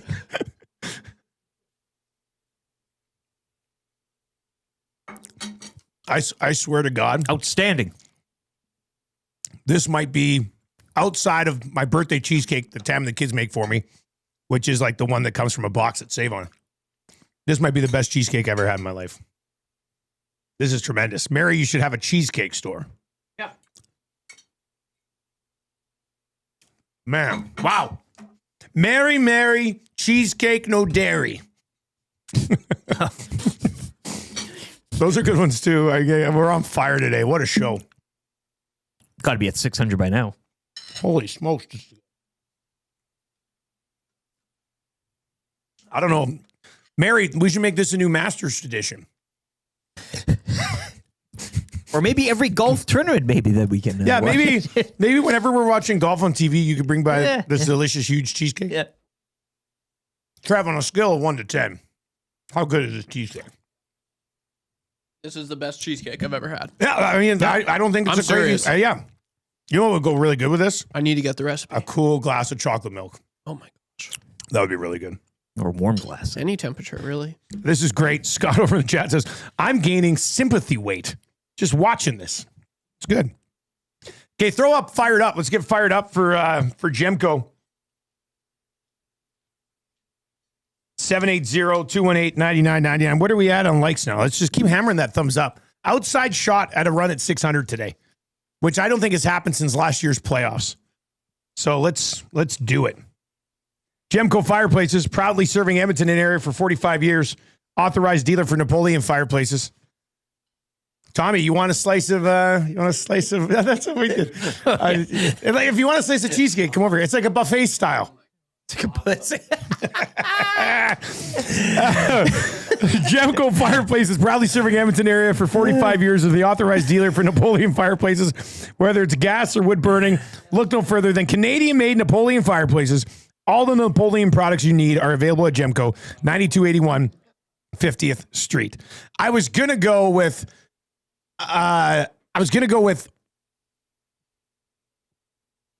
like the building in Dallas last night being so fired up for Luka's return. And it was a hell of a scene, man. You texted me today, goes, I just watched that video of Luka because Luka's watching the tribute they made for him and he's crying. Yeah, very emotional. And he's probably crying because he's so happy that he gets to play with LeBron now. That's why he was so emotional last night. But I think we have to twist here and turn a little bit and just go, how fired up did Connor McDavid look last night? Like for a guy that as of 11 o'clock in the morning, nobody, possibly even himself, was expecting to play. And then I thought Gazdic laid it out perfectly today. He kind of got the sense that when Nuge ends up being sick and he can't play, Connor looks at the team and goes, my God, we're going to run 11 forwards and 5D. Like you're going to play an NHL game 2 players short. And the captain of the team's like, not having it. Not having it. So not only am I going to play, but I'm going to step back in after missing a pretty decent amount of time and just look like I haven't missed a beat. Like Connor McDavid looked fired up last night. So that's where we have to go. Nothing against the Lakers-Mavs game, which was awesome. But Connor McDavid, I don't know anybody that's looked more fired up than that since he went out, to be honest with you. He was terrific. Tough enough to play, apparently. Mm-hmm. Man. You're not even done yet. I thought you... No, well, I was just talking a lot. Oh, yeah. Well, keep shoveling it in as you... I will. Lil Max says, what happened to Trev's car? Trev's car's a piece of junk, apparently. Broke down on him on the way to the game last night or started overheating. You know what's crazy about that? I don't know. This is so weird, but I just got a call 5 minutes from my dealership. 5 minutes ago. They just called me. Isn't that what a coincidence is that? See, are they listening? This is a scam. Yeah. Wait, from the dealership where you got the car? From back home. Okay, so that would be somebody would have your thing on file of your like payments about to expire. That guy's not calling you about your current car. He's calling to sell you a new one. Yeah. Well, That's what that is. But isn't that weird? What crazy timing is that? I know about this because I'm friends with people in the biz. South Ford, Mitchell Park, Mazda. That's how it works. I keep track of this stuff, and then they call you and like, hey, you want a new car? Yeah. It's actually great customer service, but they're looking to get you a new ride. It was awesome though. Like I was extremely fired up. That's one thing. You know, obviously you're in the press box. You can't cheer, right? And I obviously was not cheering. I was handling it very professionally, but was it tough? So when it was a lot tougher this year for sure. Last year I was honed in. But when I was watching the intro video, I was like, my cheeks were clenched. I was so when pumped. Connor Brown scored the winner late, did you like? I clenched my jaw. Okay. Yeah. Were you already downstairs? Yeah. Okay. Yeah. But it was awesome seeing McDavid. He was flying, and it's just a little appetizer for what Oilers fans can expect in this year's playoffs. As we know, he elevates his game, which is even crazy to think because he's just that good in the regular season. So he was buzzing. It was great to see. You could tell right away. Even like when he comes out for warm up and he's doing all those crossovers right out, I think the guy does crossovers in his sleep. Like he said last night in his post game, he'd done enough tight turns. He was ready to get back. And I think not only was he fired up, but I think we saw a fan base this morning that in turn was also fired up and maybe feeling a little bit different than they had been for the last few weeks. They're back. What do you think, Rick? Like they're back. You're the one who says they've never left. Or are you talking about the fans? Either or.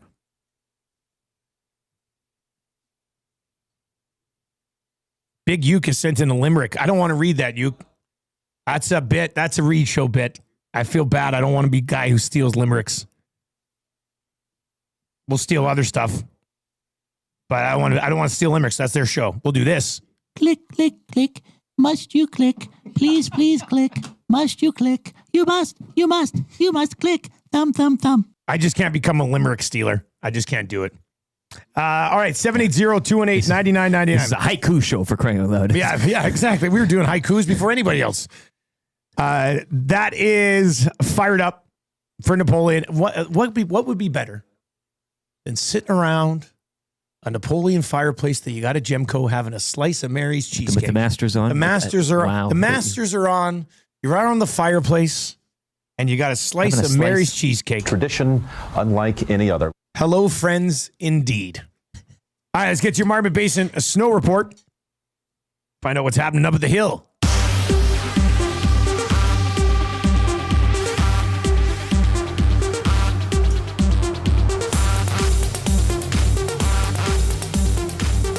So stoked. Like, winter's here. I'm stoked. You stoked? I'm stoked. Just so stoked. Yes. I mean, it came down last night, what, a good 5 inches? Last night, I think so. Something like that, and a couple feet the day before. And you've got a 5-foot base with 5 inches of freshie on top. No new snow overnight, but the forecast for the weekend is still looking good. Flurries on Saturday and early next week. Still sitting at 106 centimeter snow base with 308 centimeter season total. Current temp mid-mountain -3. +1 the high for today. A mix of sun and cloud expected. All chairs are spinning, and 17 runs were groomed overnight. I was expecting to, try it. I was going to say, it's okay, not the best, not the worst. But it is surprisingly good. Clap your hands. Clap your hands. Clap your hands. Clap your hands. Tradition unlike any other. Hello, French. Hello, French. Hello, French. Hello, French.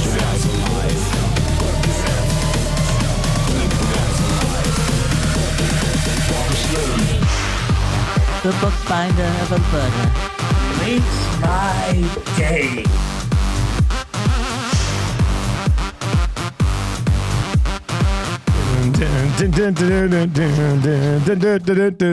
There you go. That's your Marmot Basin Snow Report. SkiMarmot.com for the latest on the slopes. Get into the wrap here for William Huff. So many texts to sort through today. I don't know how we're gonna find just one, to be honest with you.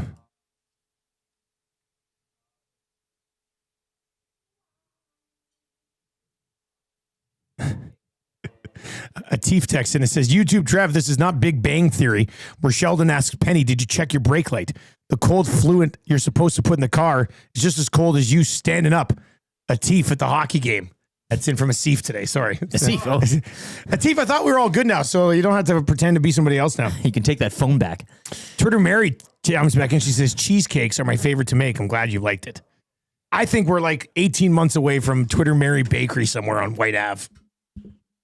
Yeah. One of the open spots here at the building. We'll talk to Victor downstairs. He might just let that happen too. All right, the wrap for William Huff. They've been doing it since 1952. If you want your place to look as good as ours, there's one place to get it done. William Huff. Check him out, www.williamhuff.com. All right, what did we learn on the show today, boys? Oilers' odds of making the postseason have improved. From 99.7 to? 99.99. It's very offensive. Flames 9.4. Yeah, they're in trouble. Islanders 1, Detroit 0.5, Columbus 0.3, and the Rangers 0.1%. It's a big game for the Rangers tonight. I learned Gazdic has a lot of socks. Yeah, that's a good one. Yeah. Yeah. Cool socks, like too. Tons of socks. Yeah, he's a big sock guy. I learned that Trev, in his wallet, which I don't know how this has never come up. I guess we've never... Anytime we take any sort of dive into you, it just gets better and better, Trev. And unreal. William Furnace. I am William Furnace. He has William Furnace's player. You're like when we go to a hotel with the kids, Elizabeth always comes home with one of the hotel key cards. Like She has a bunch of them. And that's you, though, with Players Club cards from Vegas for a guy named William Furnace. I'm the bandit. Do you also have your own cards still? I still do. Okay, I was going to say, I was wondering if William Furnace got yours and he's going around having a similar story with his friends. Yeah. That'd be good. Yeah. Well, that would be kind of neat. Hey. Yeah, man. Next time maybe I'm in Vegas, I'll run into him. Like, hey, I got something for you. William Furnace. Just have a sign out. Somebody texted in when you said I'd have to get fired from EST if we were going to get a par at Augusta. So I'd just be so mentally... To get you in the mental, yeah. Yeah, and somebody said, hey, Dusty, what would you ever do to leave EST? And I just don't see a world, man. I mean, where are you going to go nowadays? Like, I don't see the world. I just see myself sitting here forever. It would have to be the sickest play-by-play job that I couldn't get flown in for. That would be it. And I don't even know then. LeBron's chauffeur, perhaps. Eh? You'd do it. Well, I mean, if somebody said to me right now, give up everything in your life, move your family to LA to drive LeBron around, I don't think I could do it, but damn, would that be tempting. Like the most pitiful job involving LeBron James. Not calling games or anything. Like cleaning He's probably got nice cars. Cleaning his pool. No, not cleaning his pool, but driving nice cars how around. How low would you go? You know, like I'm saying? How much to money? Get a slice of LeBron. I'm trying to think. What if LeBron offered me $500,000 to be his driver? Would I uproot my family, turn EST over to you boys, and move down to the States for $500,000? You only live once. And this is a YOLO thing. Absolutely. I still don't think I could do it. I like things around here too much, boys. As long as Mary keeps bringing this cheesecake, she's got you locked in. Yeah, I would never leave Mary's cheesecake. I'll just say that right now. Might be the clincher. I mean, outside of that, I don't think anything else. It would have to be like the sickest play-by-play job somewhere, but I don't even know if that would get her done. I like it here. We have a basketball hoop, guys. Like Tecmo. LeBron wouldn't have that. We have a at his Tecmo place. machine. Like it's great. Although I bet you LeBron would love to play Tecmo with me all the time. That'd be pretty cool.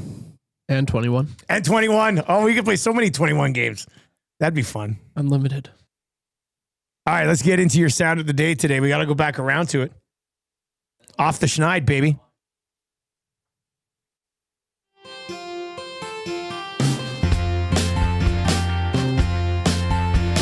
I think we're gonna be glad.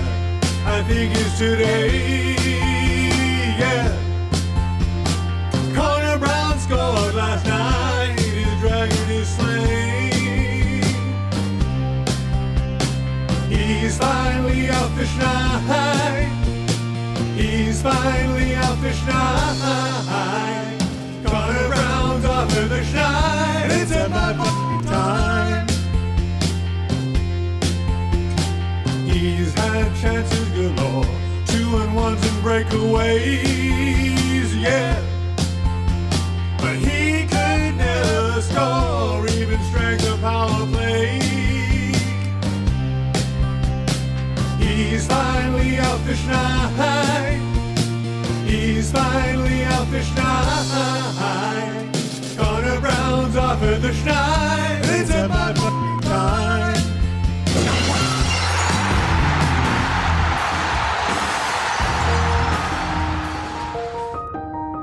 Browner?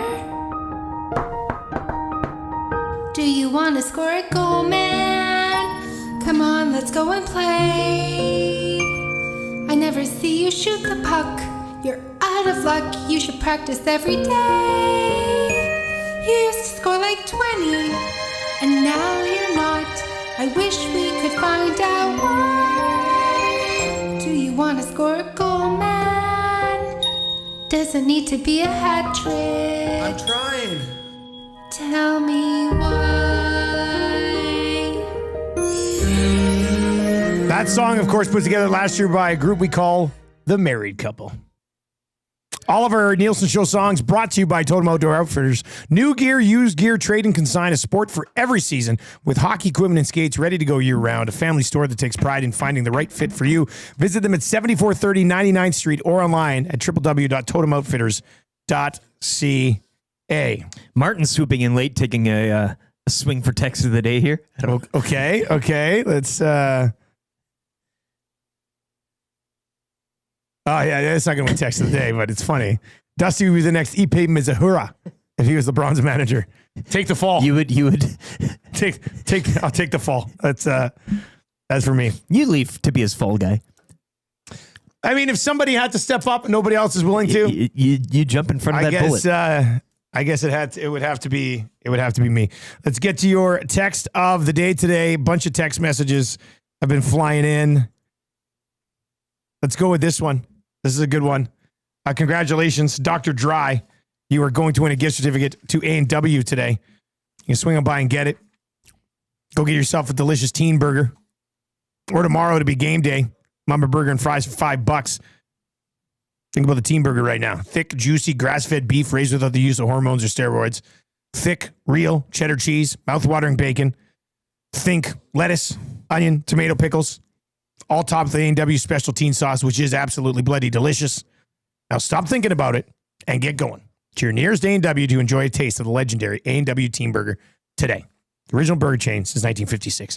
Dr. Dry. It's a good one. Kavis Reed's uncle pushing him to go get punched in the face. Tradition unlike any other. That's well done. Nice work, Dr. Dry. Congratulations, buddy. You're going to A&W, you lucky duck. All right, what are we watching tonight, boys? What's on tap tonight? No hockey, Oilers. Yeah, Jets and Stars. Jays this afternoon, 2:10. They look for the series sweep with the Red Sox. Masters throughout the day. NBA as well. Timberwolves and Grizzlies in Western playoff positioning. Timberwolves and Grizzlies? Yes. Oh, that's a big one. Yeah. Warriors taking a tough loss last night. Former Golden State Warrior Harrison Barnes hitting a game winner for San Antonio, who were huge underdogs. Managed to get the job done last night. That pushed the Warriors into a play-in position. Now, there's still time. But this is a huge game tonight between the Grizz and the T-Wolves.